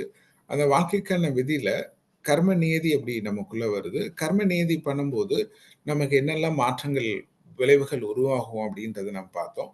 இதுக்கப்புறம் இப்ப நம்ம என்ன பார்க்க போறோம் அப்படின்னா, மன்னிப்புனா என்ன? ஏன் நம்ம மன்னிக்கணும்? ஏன் நம்ம மன்னிக்கணும்? அப்படின்ற விஷயங்கள் தான் நம்ம பார்க்க போறோம். குட். அப்ப நிறைய சமயங்கள்ல மன்னிப்புன்றது என்ன நினைக்கிறாங்கன்னா, ஒரு பலவீனமான விஷயம். பலவீனமான விஷயம். பலவீனமான விஷயம்னா என்னது?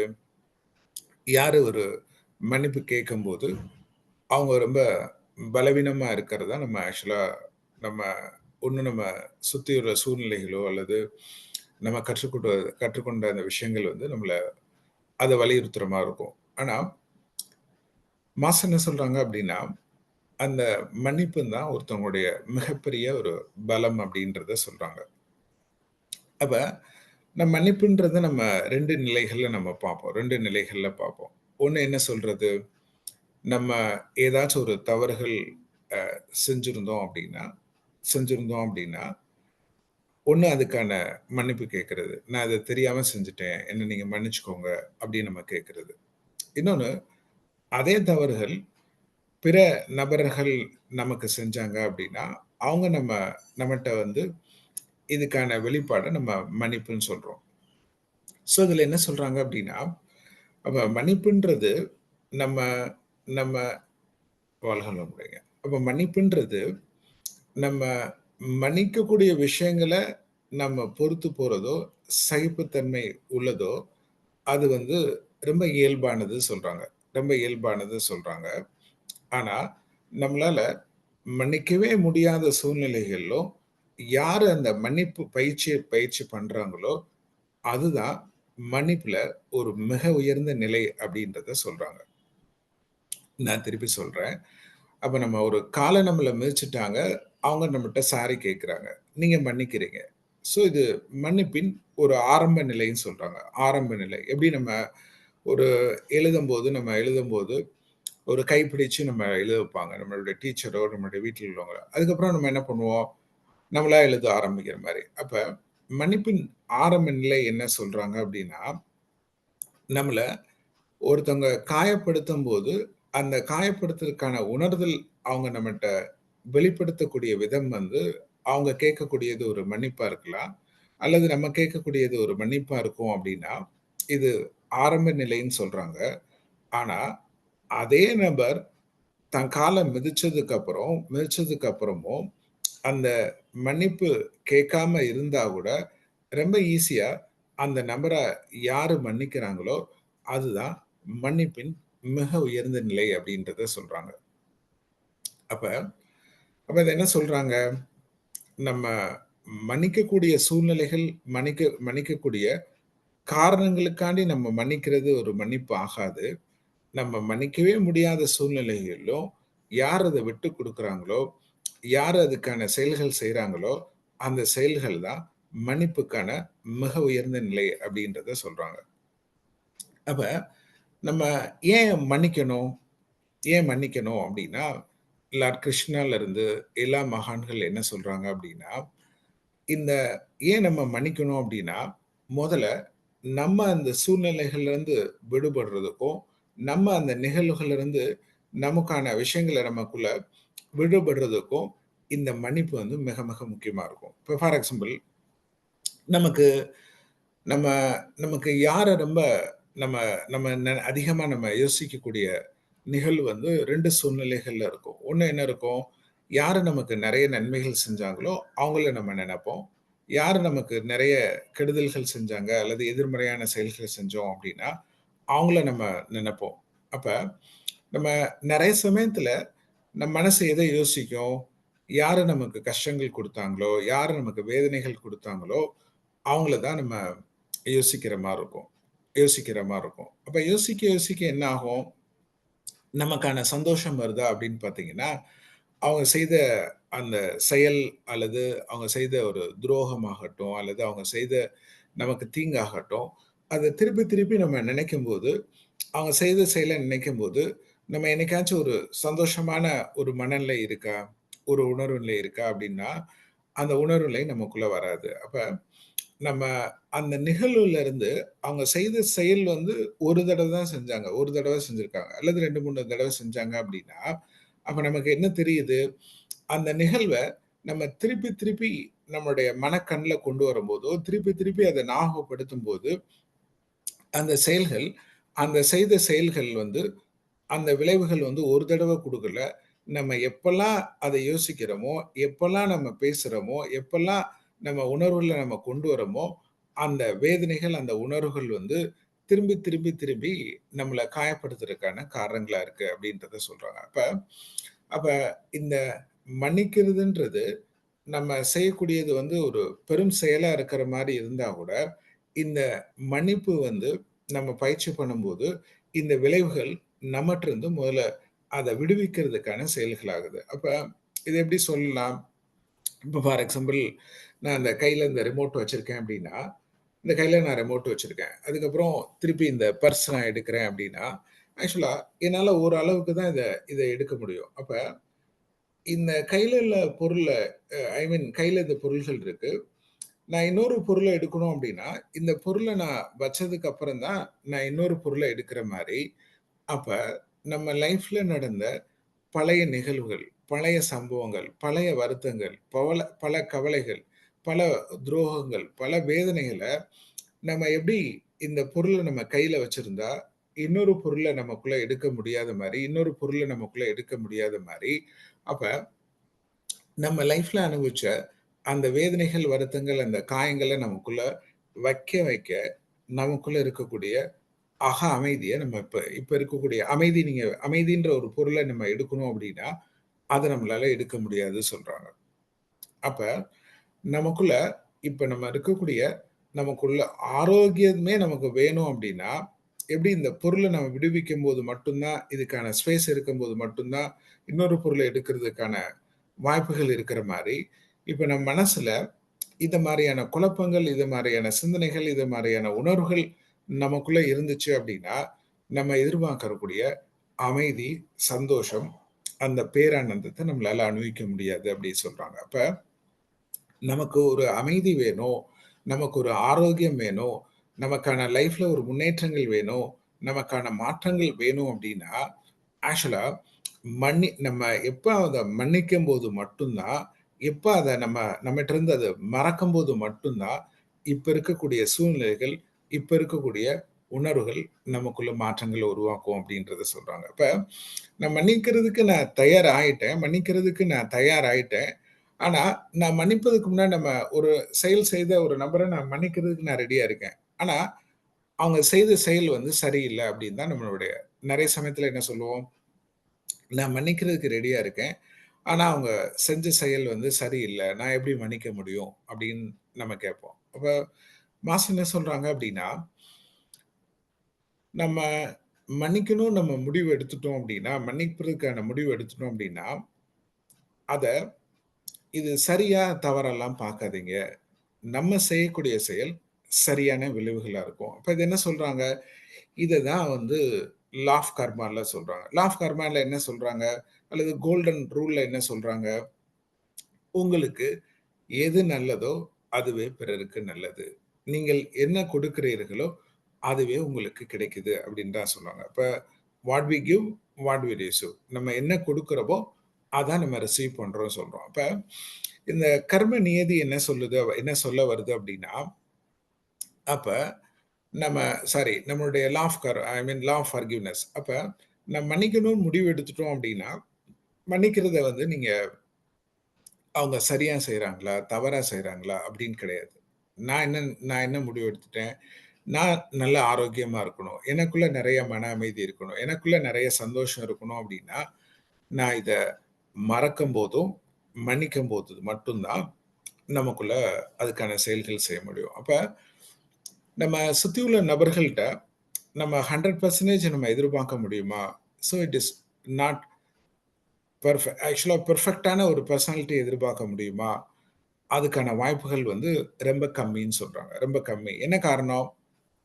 நம்ம எல்லாமே ஒரு வளர்ச்சியின் முன்னேற்ற பாதையில தான் நம்ம போயிட்டே இருக்கோம். வளர்ச்சியின் முன்னேற்ற பாதையில தான் நம்ம போயிட்டே இருக்கோம். அப்ப இந்த முன்னேற்ற பாதையில சில தவறுகள் வருமா? சில தவறுகள் வரும். சில தவறுகள் வரும். அப்ப எப்படி நமக்கு இப்ப முன்னாடி செஞ்சவங்க நமக்கு செஞ்ச விஷயங்கள் நமக்குள்ள கோவங்கள், வருத்தங்கள் வர்ற மாரி, நம்மளும் நமக்கு ஒரு அனுபவம் இல்லாத சமயத்துல, நமக்கான புரிதல் இல்லாத சமயத்துல, நம்மளும் தவறுகள் செஞ்சிருப்போமா?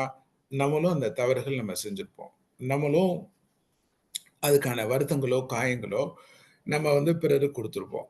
ஆனா, நமக்கு நம்ம செஞ்சவங்க நம்ம அவங்களுடைய பெருந்தன்மையினால நம்மட்ட ஒண்ணும் சொல்லாம இருந்திருப்பாங்க. அல்லது இவங்க வருத்தப்படுவாங்கன்னு அத அத யோசிச்சிருக்கனால தான், அத விட்டனால தான் நமக்கான மாற்றங்கள் நமக்கு கிடைச்ச மாரி, இப்ப நம்ம சுத்தியுள்ள நபர்கள், அப்ப நம்ம முன்னேறதுக்கு எப்படி நெறைய பேர் உதவி செஞ்ச மாரி, இப்ப நம்ம முன்னாடி உள்ள நபர்கள் வந்து அந்த தவறுகள் செய்யும்போது, அந்த தவறுகளுக்கான தண்டனைகளோ, அதுக்கான காயங்கள் குடுக்கறதுக்கு பதிலா, அந்த புரிதல் அவங்களுக்குள்ள குடுத்துட்டோம் அப்படின்னா, அவங்களும் நம்மள மாரி ஒரு மாறுறதுக்கான சூழ்நிலைகள் உருவாகுது அப்படின்றத சொல்றாங்க. அப்ப மாஸ்டர் என்ன சொல்றாங்க அப்படின்னா, நம்ம மன்னிக்கணும்னு நீங்க முடிவு எடுத்துட்டீங்க அப்படின்னா, அவங்க சரியா செய்றாங்க, தப்பா செய்றாங்க. இது வந்து அவங்க முடிவு எடுக்கல. அவங்க மன்னிக்கணும்ன்றது அவங்க முடிவு எடுக்கல. யார் முடிவு எடுத்தது? நான் முடிவு எடுத்தேன். ஏன் நான் முடிவு எடுத்தேன்? நான் எனக்குள்ள ஒரு அமைதி இருக்கணும். எனக்குள்ள ஒரு சந்தோஷம் இருக்கணும். எனக்குள்ள ஒரு பேரானந்தம் இருக்கணும். எனக்குள்ள இந்த நிகழ்வுகள் என்ன திருப்பி திருப்பி எனக்குள்ள காயப்படுத்திட்டே இருக்கு. திருப்பி திருப்பி எனக்குள்ள வருத்தத்த உருவாக்கிட்டே இருக்கு. அப்ப எனக்குள்ள அந்த சந்தோஷம், எனக்குள்ள ஒரு அமைதி வேணும் அப்படின்னா, நான் அவங்கள மன்னிக்கணும். அப்ப மன்னிக்கிறதுக்கான விதம் என்ன சொல்றாங்க? Do the right thing. அப்ப அவங்க சரியில்ல, தவறில்ல அப்படின்றத பார்க்காம, நம்ம சரியான செயலை என்ன செய்யணும்? இப்ப ஃபார் எக்ஸாம்பிள் நம்ம டூ வீலர்ல போயிட்டே இருக்கோம். முன்னாடி வரவங்க கிராஸா கண்ட மாரி போறாங்க. நானும் அப்படிதான் போவேன் அப்படின்னா, அப்ப கிட்டத்தட்ட அத வரக்கூடிய ஒரு 10, 20 பேர் இந்த மாரி செஞ்சாங்கன்னா, அந்த இடத்துல மத்தவங்க எப்படி கடக்க முடியும்? அப்ப அப்ப இந்த மன்னிப்பு பிரார்த்தனை வந்து நம் முன்னாடி உள்ள நபர்களுக்காண்டி பண்ணல. நம்மளுடைய பெருந்தன்மைக்காண்டி நம்ம பண்ற மாரி தெரிஞ்சா கூட, நம்முடைய இயல்பான குணமே, இயல்பான தன்மையே இந்த மன்னிக்கிறது மூலமா தான் நம்முடைய ஆத்மா வளருது. நம்முடைய ஆத்மா குணமாகுதுன்ற அந்த புரிதல் இருந்துச்சு அப்படின்னா, மன்னிப்புன்றது நான் யாருக்காண்டியும் சொல்லல. எனக்கான செயல்கள், எனக்கான முன்னேற்றங்கள், எனக்கான விளைவுகள உருவாக்குறேன்ற அந்த புரிதல் இருந்துச்சு அப்படின்னா, இந்த புரிதல் என்ன உருவாக்கும்? நமக்குள்ள இந்த மன்னிப்பு பிரார்த்தனைய நம்ம பயிற்சி பண்ணோம் அப்படின்னா, நம்ம லைஃப்ல நெறைய மாற்றங்கள் நமக்குள்ள உருவாகும். அப்ப மன்னிப்பு அப்ப மன்னிப்புக்கு பதிலா நம்மட்ட என்ன இருக்கு? வெறுப்பு, கோபம், பழி உணர்ச்சி, அதுக்கப்புறம் என்னது? பொறாமை. அப்ப ஒரு ஒரு எண்ணம் எவ்வளவு தீய குணங்கள நமக்குள்ள உருவாக்குது. ஒரே ஒரு எண்ணம். நான் உங்கள மன்னிக்க மாட்டேன். நமக்கு என்ன வருது? வன்மம் வருது. வன்மம் வந்த உடனே என்ன ஆகுது? வெறுப்பா வருது, கோபமா வருது, பழிவாங்கக்கூடிய தன்மையா வருது. அடுத்து அவங்கள குறைகள் சொல்லக்கூடிய தன்மை வருது. அவங்கள மனதளவுல நம்ம எப்பவுமே வெறுத்துக்கிட்டே இருக்கோம். அப்ப இந்த சிந்தனைகள் வருது அப்படின்னா, அப்ப ஒரு எண்ணம் இவ்வளோ எதிர்மறை விளைவுகள உருவாக்குது. ஆனா, அதே எண்ணத்திற்கு பதிலா மன்னிப்பு. மன்னிப்பு எப்படி நீங்க மன்னிப்பதன் மூலமா நமக்குள்ள என்ன குணங்கள் உருவாகுது? அன்பு, அமைதி, சந்தோஷம், சகிப்புத்தன்மை, கருணை, தென் சேவைகள் ஆகுது. அப்ப நம்ம லைஃப்ல இந்த மாரி நபர்கள் ஏன் வர்றாங்க? ஸோ ஏன் வர்றாங்க? அப்ப என்ன சொல்றாங்க? அன்பும், வெறுப்பும் தான் நம்ம லைஃப்ல ஒரு நபர திருப்பி திருப்பி பார்க்கறதுக்கான காரணங்கள் ஆகுதுன்னு சொல்றாங்க. இப்ப இந்த ஜென்மத்தில நம்ம யார நம்ம வெறுக்கிறோமோ, யார் மேல நம்ம அன்பு இருக்கோமோ, திருப்பி திருப்பி திருப்பி தான் அந்த நபர்கள் நம்ம லைஃப்ல சந்திக்கிறதுக்கான வாய்ப்புகள் இருக்கு. இதுதான் லார்ட் கிருஷ்ணா என்ன சொன்னாங்க? நீங்க எதுவுமே இந்த லைஃப்ல நீங்க அட்டாச்மென்ட் வைக்காதீங்க. You have to practise detachment. அப்ப நீங்க ஒரு தாமரை இலைன்னா எப்படி இருக்கும்? அந்த இலை மேல அந்த தண்ணி படும். ஆனா அது ஒட்டாது. அப்ப நம்ம லைஃப்ல நடக்கக்கூடிய எல்லா நிகழ்வுகளையும் நீங்க அந்த நபரோட கனெக்ட் ஆகாதீங்க. அந்த சூழ்நிலையோட கனெக்ட் ஆகாதீங்க. நீங்க எத செய்யணுமோ, அந்த சரியான செயல்கள நம்ம செய்யும்போது, அதுலருந்து நம்ம விடுபட முடியும் அப்படின்றத சொல்றாங்க. அப்ப அப்ப அ எப்படி எல்லாமே நம்ம வி ஆர் நாட் பெர்ஃபெக்ட். நம்ம 100% பெர்ஃபெக்ட் இல்ல. அப்ப எனக்கான எனக்கான பலவீனங்கள் நான் அத அக்செப்ட் பண்ணிக்கிறேன். அப்ப பிறருக்கான பலவீனங்கள நம்ம அக்செப்ட் பண்ணும்போது மட்டும் தான், பிறருக்கான பலவீனங்கள நம்ம நம்ம அக்செப்ட் பண்ணும்போது மட்டும் தான், நமக்கு ஆக்சுவலா என்ன வரும் அப்படின்னா, இந்த மன்னிப்பு பிரார்த்தனை நம்மளால பயிற்சி பண்ண முடியும். அப்ப மன்னிப்பு பிரார்த்தனை பயிற்சி பண்றது, அவங்க மாறுறதுக்காண்டி இல்ல, அவங்க குணங்கள் மாறுறதுக்காண்டி இல்ல.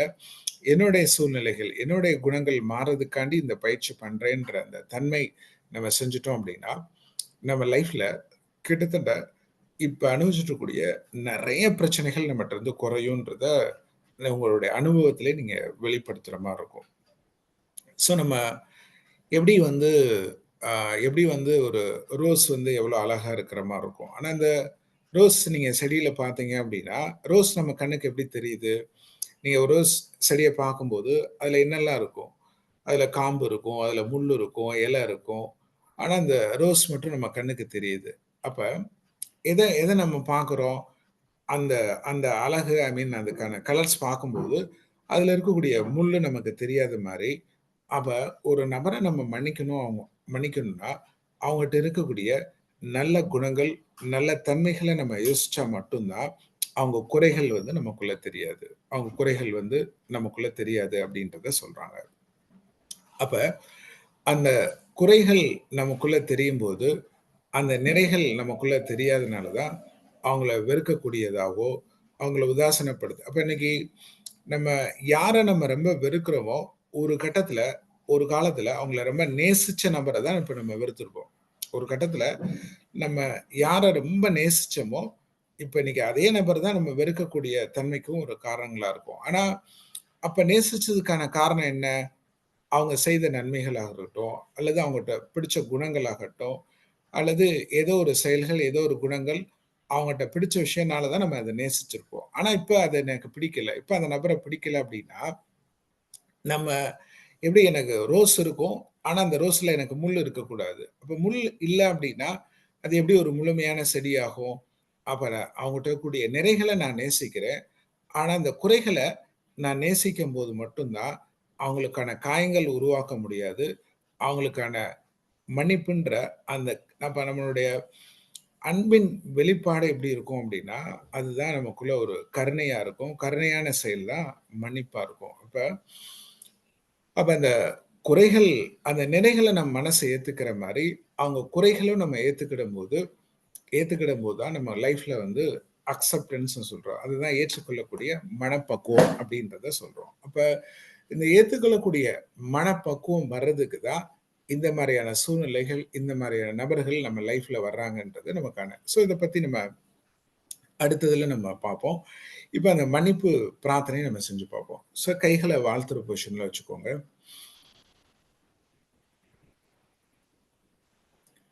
நம்மள யாரு ரொம்ப காயப்படுத்துனாங்களோ, யாருடைய செயல்கள் நம்ம மனசுல ரொம்ப வருத்தத்த குடுத்துச்சோ, அவங்க முன்னாடி இருக்கிற மாரி கற்பனை பண்ணி பாருங்க.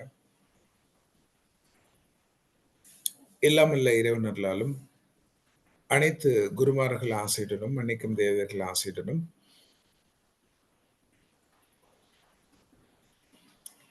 என்னை காயப்படுத்திய இந்த நபரை நான் மனதார மன்னிக்கின்றேன். உங்க கையில இருந்து ஒரு பிங்க் கலர் எனர்ஜி உங்கள நோக்கி போற மாரி கற்பனை பண்ணி பாருங்க. நான் உங்களை மனதார மன்னிக்கின்றேன். நீங்கள் தெய்வீக அன்பினாலும், தெய்வீக இரக்கத்தினாலும் ஆஸ்வதிக்கப்படுகிறீர்கள். உங்கள் வாழ்க்கையில் எதுவெல்லாம் நல்லதோ, அது முழுமையாக கிடைக்கட்டும். நீங்கள் தெய்வீக அன்பினாலும், தெய்வீக இரக்கத்தினாலும் ஆஸ்வதிக்கப்படுகிறீர்கள். அப்படியே ஆகட்டும், அப்படியே ஆகட்டும், அப்படியே ஆகட்டும். அவங்கள நினைக்கும்போது அந்த எண்ணங்கள் வருதுல்ல, நீங்க இந்த கார்ட கட் பண்ணும்போது அந்த எண்ணங்கள் ரொம்ப ஈஸியா விடுபடும். நான் இன்னொரு நாளைக்கு இத பத்தி சொல்றேன். Cut, cut, cut. இப்ப அதே மாரி, நம்ம நெறைய பேர்ட்ட நம்ம காயங்கள் நம்ம சின்ன வயசுல இருந்து நமக்கு விவரம் தெரியாத காலத்துல, நம்முடைய பலவீனங்கள் காரணமா நம்மளும் பிறரை காயப்படுத்தியிருப்போம். ஸோ அவங்கட்டயும் நம்ம அப்ப மன்னிப்பு கேட்கறதுக்கு நம்ம ஒவ்வொருத்தவங்ககிட்ட நம்ம தனித்தனியா கேட்கணும் அவசியம் இல்ல. நம்ம மானசீகமா கேட்கும்போது, அவங்களால அத அண்டர்ஸ்டாண்ட் பண்ண முடியும். எல்லாம் வல்ல இறைவனர்களாலும், குருவின் ஆசியாலும் மற்றும் அனைத்து குருமார்கள் ஆசியுடனும், மன்னிக்கும் தேவதைகள் ஆசியுடன், நான் தெரிந்தோ தெரியாமலோ யாரையாவது காயப்படுத்தியிருந்தால், யாரையாவது புண்படுத்தியிருந்தால், அதற்காக நான் முழுமையாக வருந்துகிறேன்.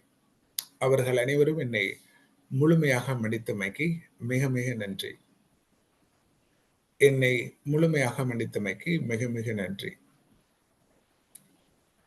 Cut, cut, cut. இப்ப நம்ம கடவுளிருந்து ஆசைகள் கேட்டுக்கலாம். இறைவா, உங்களது மேலான ஆசைகளினால், உங்களது மேலான குணமளிக்கும் சக்தியால் எங்கள் அனைவரையும் மன்னித்தமைக்கு மிக மிக நன்றி. எங்கள் அனைவருக்கும் பொறுமை, சகிப்புத்தன்மை, விட்டுக் கொடுக்கக்கூடிய தன்மை, மன்னிக்கக்கூடிய தன்மை, பிற குறைகளை அப்படியே ஏற்றுக்கொள்ளக்கூடிய தன்மை மற்றும் அக அமைதியாலும் பேரானந்தத்தினாலும் எங்களை ஆசிர்த்துமைக்கு நன்றி. நன்றி முழு நம்பிக்கையுடன். நன்றி முழு நம்பிக்கையுடன். நன்றி முழு நம்பிக்கையுடன்.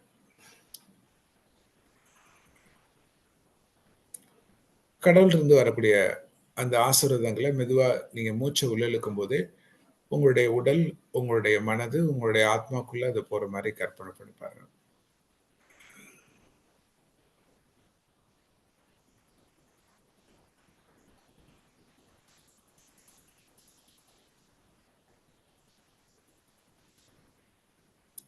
இப்போ உங்க மனசுல இருக்கக்கூடிய அமைதியை நீங்க ரசிச்சு பாருங்க.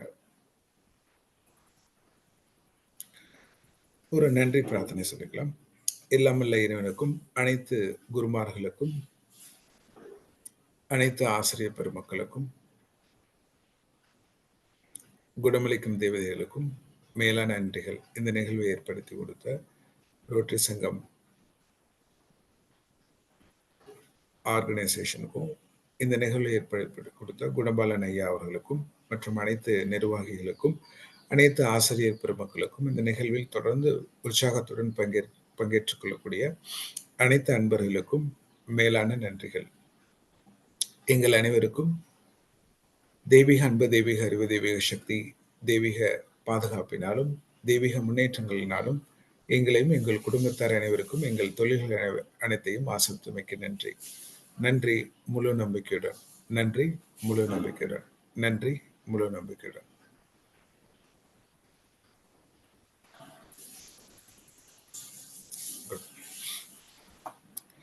நன்றிங்க, நன்றிங்க. இதனுடைய தொடர்ச்சி நம்ம வரக்கூடிய காலங்களில் நம்ம பார்ப்போம். நன்றிங்க. நன்றி நன்றிங்க. நன்றி. நன்றி உணர்வுகள் பற்றியும் ஒரு சிறப்பா ஒரு வகுப்படுத்தாங்க. இன்னைக்கு நன்றி மன்னிப்பு விதி எப்ப எந்த அளவுக்கு நம்ம செய்த செயல்களுக்கு மன்னிப்பு கேட்க வேண்டும். தெரிந்தும் தெரியாமலும் செய்த எல்லாவித ஒரு பயனுக்கும் நமக்கு அந்த மன்னிப்பு விதினால் அந்த பிரபஞ்ச ஆற்றல், பிரபஞ்ச சக்தி நமக்கு தானாவே கிரகித்துக் கொள்ள முடியும் என்பதை ஒரு அற்புதமான இன்னைக்கு செஷன்ல ஐயா நமக்கு சிறப்பா ஏற்படுத்தி கொடுத்தாங்க. தொடர்ந்து நமக்கு இந்த செஷன்ல அந்த பிரபஞ்ச ஆற்றலை நாம் எப்படி நமக்கு நாமே உள்வாங்கிக் கொண்டு நமது உடலை சரிப்படுத்திக் கொள்ள முடியும் என்பதை காட்டிலும் மற்றவர்களுக்கும் இந்த ஆற்றலை பெருக்கிக் கொண்டு மற்றவர்களுக்கும் நாம் சிகிச்சை, அதாவது சக்தியை கொடுத்து அவங்களுக்கும் அந்த அபரிவிதமான ஒரு ஆற்றலை பெருக்கிக் கொள்ள முடியும் என்பதை பற்றி தொடர்ந்து நமக்கு வகுப்படுத்திட்டு வராங்க. அதுல ஒவ்வொரு செஷனா நமக்கு கொடுத்துட்டு இருக்கிறதுல போனது எந்த அளவுக்கு நம்ம நன்றி உணர்வுகள் செலுத்த வேண்டும் என்பதை பற்றி பெரிய ஒரு வகுப்படுத்தாங்க. அதே மாதிரி இன்னைக்கு நம்ம செய்த தவறுகளுக்கும் மற்றவர்கள் செய்த தவறுகளுக்கும் நாம் எந்த அளவுக்கு மன்னிப்பு என்ற ஒரு அடிப்படையில் நம்ம அவங்களுக்கு அந்த ஆற்றலை செலுத்தினோமானால் நம் மனம், உடல் சார்ந்து ஆரோக்கியமாக இருக்கும் என்பதை பற்றி அற்புதமாக வகுப்பெடுத்து சிறப்பித்துக் கொடுத்தார்கள். இன்றைய நிகழ்வில் நமக்கு அற்புதமான இந்த நிகழ்வை ஏற்படுத்தி கொடுத்து சிறப்பித்துக் கொடுத்த காந்தி வெங்கட்ராமன் ஐயா அவர்களுக்கு அனைவரின் சார்பாக நெஞ்சார்ந்த நன்றிகளையும் வாழ்த்துக்களையும் தெரிவித்துக் கொள்கிறோம். நன்றி. நன்றிங்க ஐயா. நன்றிங்க. உங்களுக்கு மிக நன்றிங்க. இந்த வாய்ப்பை ஏற்படுத்தி கொடுத்த உங்களுக்கு மிக நன்றிங்க. நன்றிங்க. இதுல ஏதாவது சந்தேகங்கள் இருந்தா நீங்க ஐயாவை கேட்டு தெரிஞ்சுக்கலாம். உங்களுக்கு இந்த வகுப்புல ஏதாவது வழிமுறைகள் மற்றும் சந்தேகங்கள் இருந்தா நீங்க கேட்டு தெரிஞ்சுக்கலாம். நன்றி.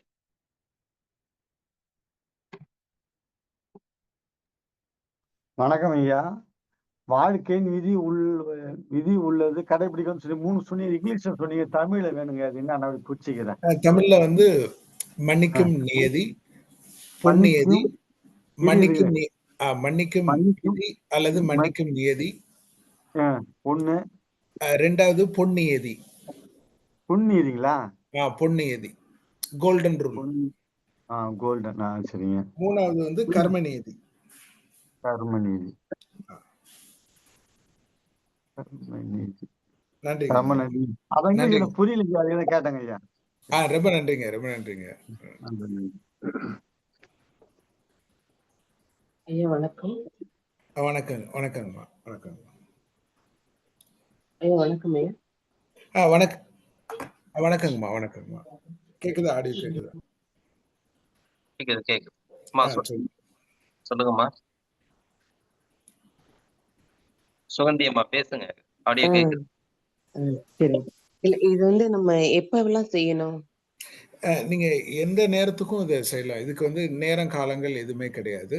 நீங்க எந்த சூழ்நிலைகள்ல யாரு உங்க மனசுல திருப்பி திருப்பி அந்த வருத்தங்கள் வருதோ, நீங்க இதை ஒரு நாளைக்கு நீங்க 7 தடவை செஞ்சீங்க அப்படின்னா இன்னும் அந்த மாற்றங்கள் வந்து ரொம்ப சீக்கிரமா நமக்குள்ள கிடைக்கும்னு சொல்றாங்க. இது வந்து நமக்குள்ள இது நீங்க எவ்வளவு நேரம்னாலும் செய்யலாம், எந்த சூழ்நிலைகள்னாலும் செய்யலாம். இதுக்கு கால நேரங்கள் எதுவுமே கிடையாதுமா. சரிங்க. நன்றி. அப்புறம் அந்த 3 விதி சொன்னீங்க இல்லையா? ஃபர்கிவ்னஸ், அப்புறம் லா, கோல்டன் ரூல், இன்னொன்னு லா ஆஃப் கர்மா. ஆமா, law of karma. Okay sir. Thank you sir. கண்டிப்பா. நன்றிமா. சோ இதெல்லாம் எப்படி நம்ம லைஃப்ல பயன்படுத்த நம்ம லைஃப்ல நிறைய சேஞ்சஸ் வந்துரும் சொல்றாங்க. சரிங்க ஐயா. நன்றிங்க ஐயா. நன்றிங்கம்மா. ஐயா வணக்கங்க ஐயா. ஐயா வணக்கம்மா. வணக்கம்மா. ஐயா இன்னைக்கு நீங்க எடுத்த பயிற்சி ரொம்பவே நல்லா இருந்தது. நல்ல மன மாற்றத்தையும் கொடுத்தது. இது ஆடியோவா ஏதாவது இருக்குங்களா ஐயா? என்னங்கம்மா? நாங்க மறுபடியும் போட்டு கேட்கறதுக்காக மன்னிப்பு ஆடியோ.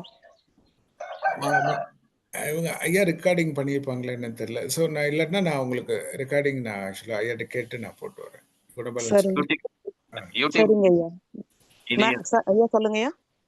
யூடியூப்ல டெய்லி நம்ம அப்லோட் பண்ணிட்டு இருக்கோம். சரிங்க ஐயா.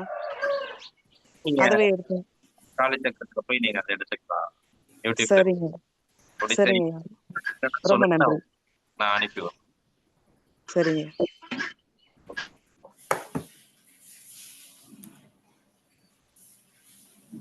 ஐயா வணக்கம். வணக்கங்க. ரொம்ப நன்றிங்கய்யா.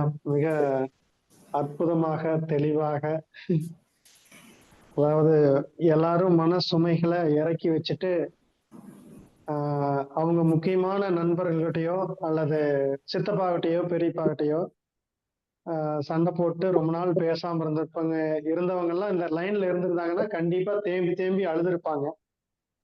இது இத்தனை நாளா நம்ம தவறு செஞ்சுட்டுமே அப்படின்னு ரொம்ப உணர்ந்து மனம் மாறி இருப்பாங்க. மனம் மாறி அந்த மன்னிப்பு விதியை புரிஞ்சுக்கிட்டு சரியா இருப்பாங்கன்னு நான் நினைக்கிறேங்க. மிக ஒரு அற்புதமான நிலை. அதாவது நானுமே இதையெல்லாம் கடைபிடிச்சிருக்கேன். யார்கிட்ட சண்டை போட்டாலும் உடனே அதை மறந்துட்டு மறுபடியும் போவோம். நான் அப்ப என்ன நினைச்சுப்போம் அப்படின்னா, நமக்கு வந்து ரோசம் விளையாட்டுருக்கு, நாம வந்து ஒரு கான்பிடன்ட் இல்லாதவங்க, இப்படியா போய் மறுபடியும் பேசிக்கிறோமே அப்படிங்கிற மாதிரி நம்ம ஒரு உணர்வு அப்படி தோண்டி இருக்கு, எனக்குள்ளேயே தோன்றி இருக்குது. ஆனா வந்து இது அப்படிங்கிறது நீங்க சொல்றது மூலியமா தெரிஞ்சுக்கிட்டோம். இது வந்து ஒரு நேர்மறையான ஒரு எண்ணங்களை வந்து நம்ம கடைபிடிச்சிருக்கோம் அப்படின்னு, அது நம்ம நேர்மையா கவனமா இருக்கணும், ஒரு சரியா இருக்கணும் அப்படிங்கிற உறுதியினாலதான் நம்ம அந்த மாதிரி முடிவு எடுத்திருக்கோங்கிறத உங்களுடைய அந்த ஸ்பீச் மூலியமா நாங்க தெரிஞ்சுக்கிட்டோங்க. ரொம்ப நன்றி. ரொம்ப ரொம்ப நன்றிங்க. ரொம்ப சிறப்பா நீங்க நிறைய விஷயங்கள் கத்துக்கிறீங்க. உண்மையிலே அந்த ஆக்சுவலா நமக்கு வந்து அந்த நன்றி பிரார்த்தனை பண்றதுக்கு நமக்கு நிறைய தைரியம், நிறைய அந்த அக வலிமை இருந்தா தான் பண்ண முடியும்ன்றத சொல்றாங்க. நன்றிங்க. ரொம்ப நன்றிங்க. ரொம்ப நன்றி. ரொம்ப நன்றிங்க. நன்றிங்க. நன்றி. நன்றிங்க. ஐயா வணக்கம் ஐயா. வணக்கங்கம்மா. வணக்கம்மா. அருமையான ஸ்பீச்சுங்க ஐயா. தவறு ஆ, செய்யும் குணமே போயிடும் போல. மன்னிப்பு என்ற ஒரு குணம் இருந்தாலே நம்ம ம். தவறுங்கிற எண்ணத்துக்கே போக மாட்டோம். அருமையான விளக்கம் கொடுத்தீங்க ஐயா. ரொம்ப நன்றி. உங்களுக்கு முதல்ல நன்றி தெரிவித்துக் கொள்கிறோம். அடுத்தது நன்றிங்க. உங்களோட பேரே பாத்தீங்கன்னா அகிம்சைவாதிங்க சார். காந்தி, வெங்கட்ராமன், ராமன்ல முடியறீங்க, காந்தியில ஆரம்பிக்கிறீங்க. அதனால உங்கள்ட்ட வந்து நன்றி உணர்வு மட்டும்தான் இருக்கும். அன்பு கண்டிப்பா. மட்டும்தான் இருக்கும். அருமையான ஸ்பீச்சுங்க ஐயா. நன்றிங்க ஐயா. நன்றிங்கம்மா. நன்றிங்கம்மா. நன்றிங்கம்மா. நன்றி. நன்றிங்க. வணக்கம் ஐயா. வணக்கம் ஐயா. மயிலோட்டம். ஐயா வணக்கம். நன்றி சொல்லி சொன்னீங்க. அதுக்கு ஒரு சின்ன உதாரணம் மருத்துவ ரீதியா உள்ளது. நம்ம வந்து யாருக்கிட்டையும் அக்கம் பக்கத்துல முதல்ல சண்டை வளர்க்க கூடாது. கண்டிப்பாங்க. கண்டிப்பாங்க. சண்டை வளர்த்தா அவங்ககிட்ட ஒத்துமையா போயிடணும். ஆமா. இப்ப கொஞ்சம் ஒரு நாள்லயோ ஒரு 2 நாள்லயோ போயிடணும். போகலன்னா அவங்கள பார்க்கும் போதெல்லாம் நம்ம உடம்புல பிபி, சுகர், கொலஸ்ட்ரால் 3 இன்க்ரீஸ் ஆகும். ஆமா, ஆமா. கண்டிப்பாங்க. இன்க்ரீஸ் ஆனிச்சுன்னா நம்ம வியாதிஸ்தர். ஆமா, ஆமாங்க. நிம்மதி இல்லாத மனிதனா வாழ்வோம். அதனால எல்லாரும் இந்த குழுல உள்ளவங்க எல்லாருமே மன்னிப்பை முதல்ல கத்துங்க, சகிப்புத்தன்மையை முதல்ல. ஆமா. நம்ம ஆரோக்கியமா இருக்கணும்னா இது 2 நமக்கு தேவை. அவங்க கிட்ட தினம் தினம் சண்டை, அதாவது அவங்கன்னு கிடையாது, உறவினரோ யாரையும், உறவினர்லாம் எப்பயாவது தான் பார்ப்போம், அக்கம் பக்கத்துல உள்ளவங்கள டெய்லி பார்ப்போம். அதனால எல்லாரும் மன்னிப்பு சகிப்புத்தன்மையோட வாழ்ந்தீங்கன்னா நம்ம உடம்பு ஆரோக்கியமா இருக்கும். அததான் பிரபஞ்சம் சொல்லிட்டு நம்மகிட்ட சொல்லிட்டு இருக்கிறாங்க. வாழ்க வளமுடன், வாழ்க வையகம். நன்றிங்க. நன்றிங்க. நன்றிங்க. வாழ்க வளமுடங்க. வாழ்க வளமுடன். வணக்கங்க ஐயா. வணக்கங்கம்மா. வணக்கங்கம்மா.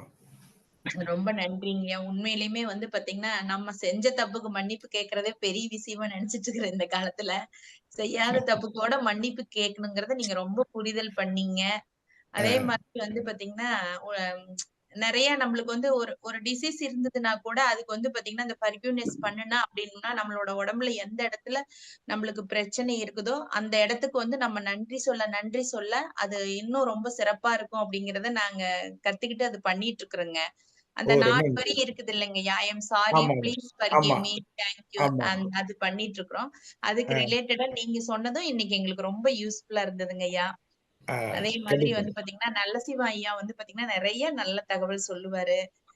நம்ம வந்து பாத்தீங்கன்னா ஒருத்தர் ஒரு கருத்து சொல்றாங்க, நம்ம அதை சொல்லையில அது சின்ன தப்பு இருந்தா கூட நம்ம ஆமான்னு அப்செட் பண்ணிக்கணுங்க. அதுக்கு வந்து வாக்குவாதம் பண்ணக்கூடாது. அந்த விஷயத்துல வந்து ரொம்ப பொறுமையான ஒரு நல்ல சிவம் ஐயா. பாத்தீங்கன்னா இந்த குழுவுக்குள்ள இணைச்சு விட்ட குணபாலன் ஐயாவுக்கு வந்து பாத்தீங்கன்னா நாங்க ரொம்ப கடமைப்பட்டிருக்கிறோம், நன்றி சொல்றோம். எங்க பேர குழந்தைங்களுக்கு எங்களுக்கு நல்லா படிக்கலைங்க ஐயா, 7வது தான் படிச்சிருக்கிறேன். ஆனா வந்து பாத்தீங்கன்னா நிறைய விஷயங்கள் வந்து பாத்தீங்கன்னா இந்த குழுக்குள்ள வந்ததுக்கு அப்புறம் நிறைய கத்துக்கிட்டு இருக்கிறேங்க. எங்க குழந்தைங்களுக்கு எல்லாம் வந்து நாங்க சொல்லி அதை கொண்டுட்டு வர்றதுக்கு ரொம்ப யூஸ்ஃபுல்லா இருக்குதுங்க. இதெல்லாம் வந்து நம்ம எங்க போனாலும் கத்துக்க முடியாதுங்க. எவ்வளவு பணம் கொடுத்தாலும் வந்து பாத்தீங்கன்னா படிப்பு மட்டும் தான் கத்துக்கணும். சில பேர்த்தோட அனுபவத்தை நம்ம கத்துக்க முடியாது இல்லைங்களாங்க ஐயா? கண்டிப்பாமா. கண்டிப்பா. கண்டிப்பா. உங்களுக்கு ரொம்ப நன்றிங்க ஐயா. இன்னைக்கு வந்து நீங்க நிறைய தகவல் கொடுத்தீங்க. ரொம்ப நன்றிங்க. ரொம்ப நன்றிங்க. நாங்க கடைபிடிச்சிட்டு இருக்கிறோம். இன்னும் வந்து பாத்தீங்கன்னா நிறைய எங்களுக்கு யூஸ்ஃபுல்லா இருக்குது. விட்டு கொடுத்து போற மனப்பான்மை இந்த குழுவுக்குள்ள வந்ததுக்கு அப்புறம் தான் வந்திருக்குங்க. ரொம்ப ரொம்ப எக்ஸலென்ட் மேடம், எக்ஸலென்ட். குட். ஆக்சுவலா நம்ம லைஃப்ல இந்த விஷயங்கள் நம்ம ஆரம்பத்துல சிரமமா இருக்கும். ஆனா ரெகுலரா நமக்குள்ள அதை பயிற்சி பண்ண குணங்கள் வரும்போது நம்ம லைஃப்ல இதுவரைக்கும் இல்லாத மாற்றங்கள் நம்ம லைஃப்ல அது ஏற்படுறத நம்ம கண்கூடா பார்க்க முடியும் மேடம்.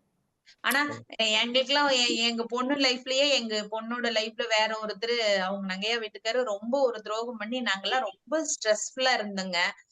நீங்க எனக்கு யாரு மேலயுமே எனக்கு கோவமே வராதுங்க. ஏன்னா அவரு மேல மட்டும் எனக்கு என் பொண்ணுக்கு இப்படி பண்ணிட்டாரேன்றது உண்மையிலுமே இன்னைக்கு அவருக்கு நான் நன்றி சொன்னேங்க. சரி ஏதோ ஒரு நம்ம அடுத்ததுல ஏன் இந்த நபர்கள் நம்ம வாழ்க்கையில வர்றாங்க, அவங்களுக்கும் நமக்கான கனெக்ஷன் இல்லாம வரமாட்டாங்கல்ல, அவங்க ஏன் வர்றாங்க, அதை பத்தி நம்ம அதுக்கு அடுத்ததுல இதுல நிறைய உண்மைகள் இருக்கு மேடம். நிறைய உண்மைகள் இருக்கு. நம்ம இப்ப ஆரம்ப சொல்லுங்க ஐயா. இது ஆரம்ப நிலையில இருக்கு. இன்னும் நிறைய உண்மைகள். ஒண்ணு வந்து இப்ப இருக்கக்கூடிய சூழ்நிலை மாறணும். பின்னாடி இதே மாரி நபர்கள் வரக்கூடாது. ஆனா, இந்த சூழ்நிலைகள்ல இருந்து நம்ம என்ன பாடம் கத்துக்கணும்? ஏன் இந்த சூழ்நிலைகள் குடுக்கப்படுது? ஏன் இந்த மாரி நபர்கள் நம்ம லைஃப்ல வர்றாங்க? இத பத்தி நம்ம அடுத்து வரக்கூடிய காலங்கள்ல நம்ம பார்ப்போம். அதே கண்டிப்பா. மாதிரி நாங்க ஃபைனான்ஸ் பண்ணிட்டு இருக்கிறோங்க ஐயா. எங்களுக்கு பணம் எல்லாம் கொஞ்சம் நிறைய வராம இருக்குது இல்லைங்களா? ஆமா, ஆமா. நம்ம கிட்ட பணம் வாங்கிட்டு குடுக்காம இருக்கிறவங்கள நம்ம திட்டுறோம் இல்லைங்க ஐயா? ஆமா, ஆமா, இப்படி ஆமா. வாங்கிட்டு இப்படி ஆமா, ஆமா. அது கூட நீங்க சொன்ன மாதிரி தான் வந்து தகவல் சொல்றாங்க. நீங்க பணம் வாங்குனவங்களுக்கு வந்து பாத்தீங்கன்னா நன்றி சொல்லுங்க. அது வந்து குடுக்கறதுக்கு உண்டான சூழ்நிலைய வந்து இந்த பிரபஞ்சம் ஏற்படுத்தி குடுக்கும் அப்படின்னாங்க. அதே மாதிரி நம்மளுக்கு வர ஒரு வருமானத்துல கூட ஒரு சின்னதா சேரிட்டி பண்ண சொல்றாங்க. ஏதோ இல்லாதவங்களுக்கு சேரிட்டி பண்ணணும் அப்படின்னம்னா, கண்டிப்பா வந்து கடவுள் வந்து நம்ம பணத்துக்கு வந்து நிறைய வழிவகுத்து குடுப்பாரு அப்படிங்கிறாங்க. நாங்க அது மாரி ஃபர்ஸ்ட் ஒரு நாள் செஞ்சேங்கய்யா. ஆ, மனப்பூர்வமா இன்னொரு சார் சொன்னாருங்க. நீங்க வந்து ஆ. சேரிட்டி எவ்வளவு உங்களால பண்ண முடியுமோ பண்ணுங்க. நம்மளுக்கு மட்டுமே வேணும்னு நீங்க எடுத்து வச்சுக்காம, நம்ம சம்பாதிக்கிறதுல கொஞ்சம் சேரிட்டி பண்ணுங்கன்னாங்க. ஆனா பண்ணணுங்கய்யா. ஒரு ரூ. 300 ஒரு பாட்டிக்கு இந்தாங்க நீங்க ஏதாவது ஃப்ரூட்ஸ் வாங்கிக்கங்கன்னு குடுத்தேங்க. அன்னைக்கே சாயந்தரம் ஒரு ரூ. 3000 எனக்கு வர வேண்டிய பணம் 1 வருஷம் சூப்பர். முன்னாடி வர வேண்டிய இல்ல. பணம் எங்களுக்கு வந்துச்சுங்கய்யா. ஆமா. இததான் நம்ம வந்து கர்ம நியதி சொல்றோம். அதாவது ஆமா. கர்ம நியதி. நம்ம என்ன குடுக்குறோமோ, அதான் நமக்கு திருப்பி எத்தன கிடைக்கும் அப்படின்னா, 10 மடங்காவோ, 100 மடங்கா கிடைக்கும். ரொம்ப நல்ல ஆமாங்கய்யா. எக்ஸாக்ட்டா நீங்க சொன்னீங்க. நமக்கு வந்து 10 மடங்கு நமக்கு கிடைக்கும். மினிமம் 10 மடங்கு.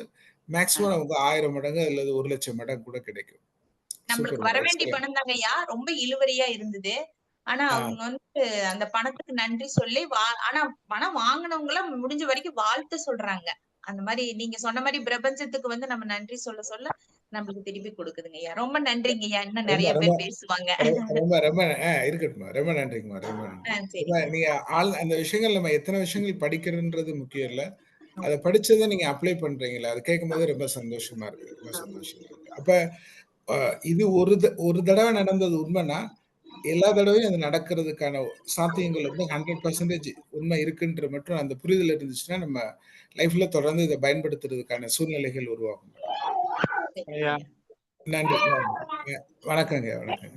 நல்லா இருக்கீங்களா? வணக்கங்க. 3 ஆண்டுகளாக நம்முடைய காலச்சக்கரத்திலே பயணித்துக் கொண்டிருக்கிற ஒரு ஆ.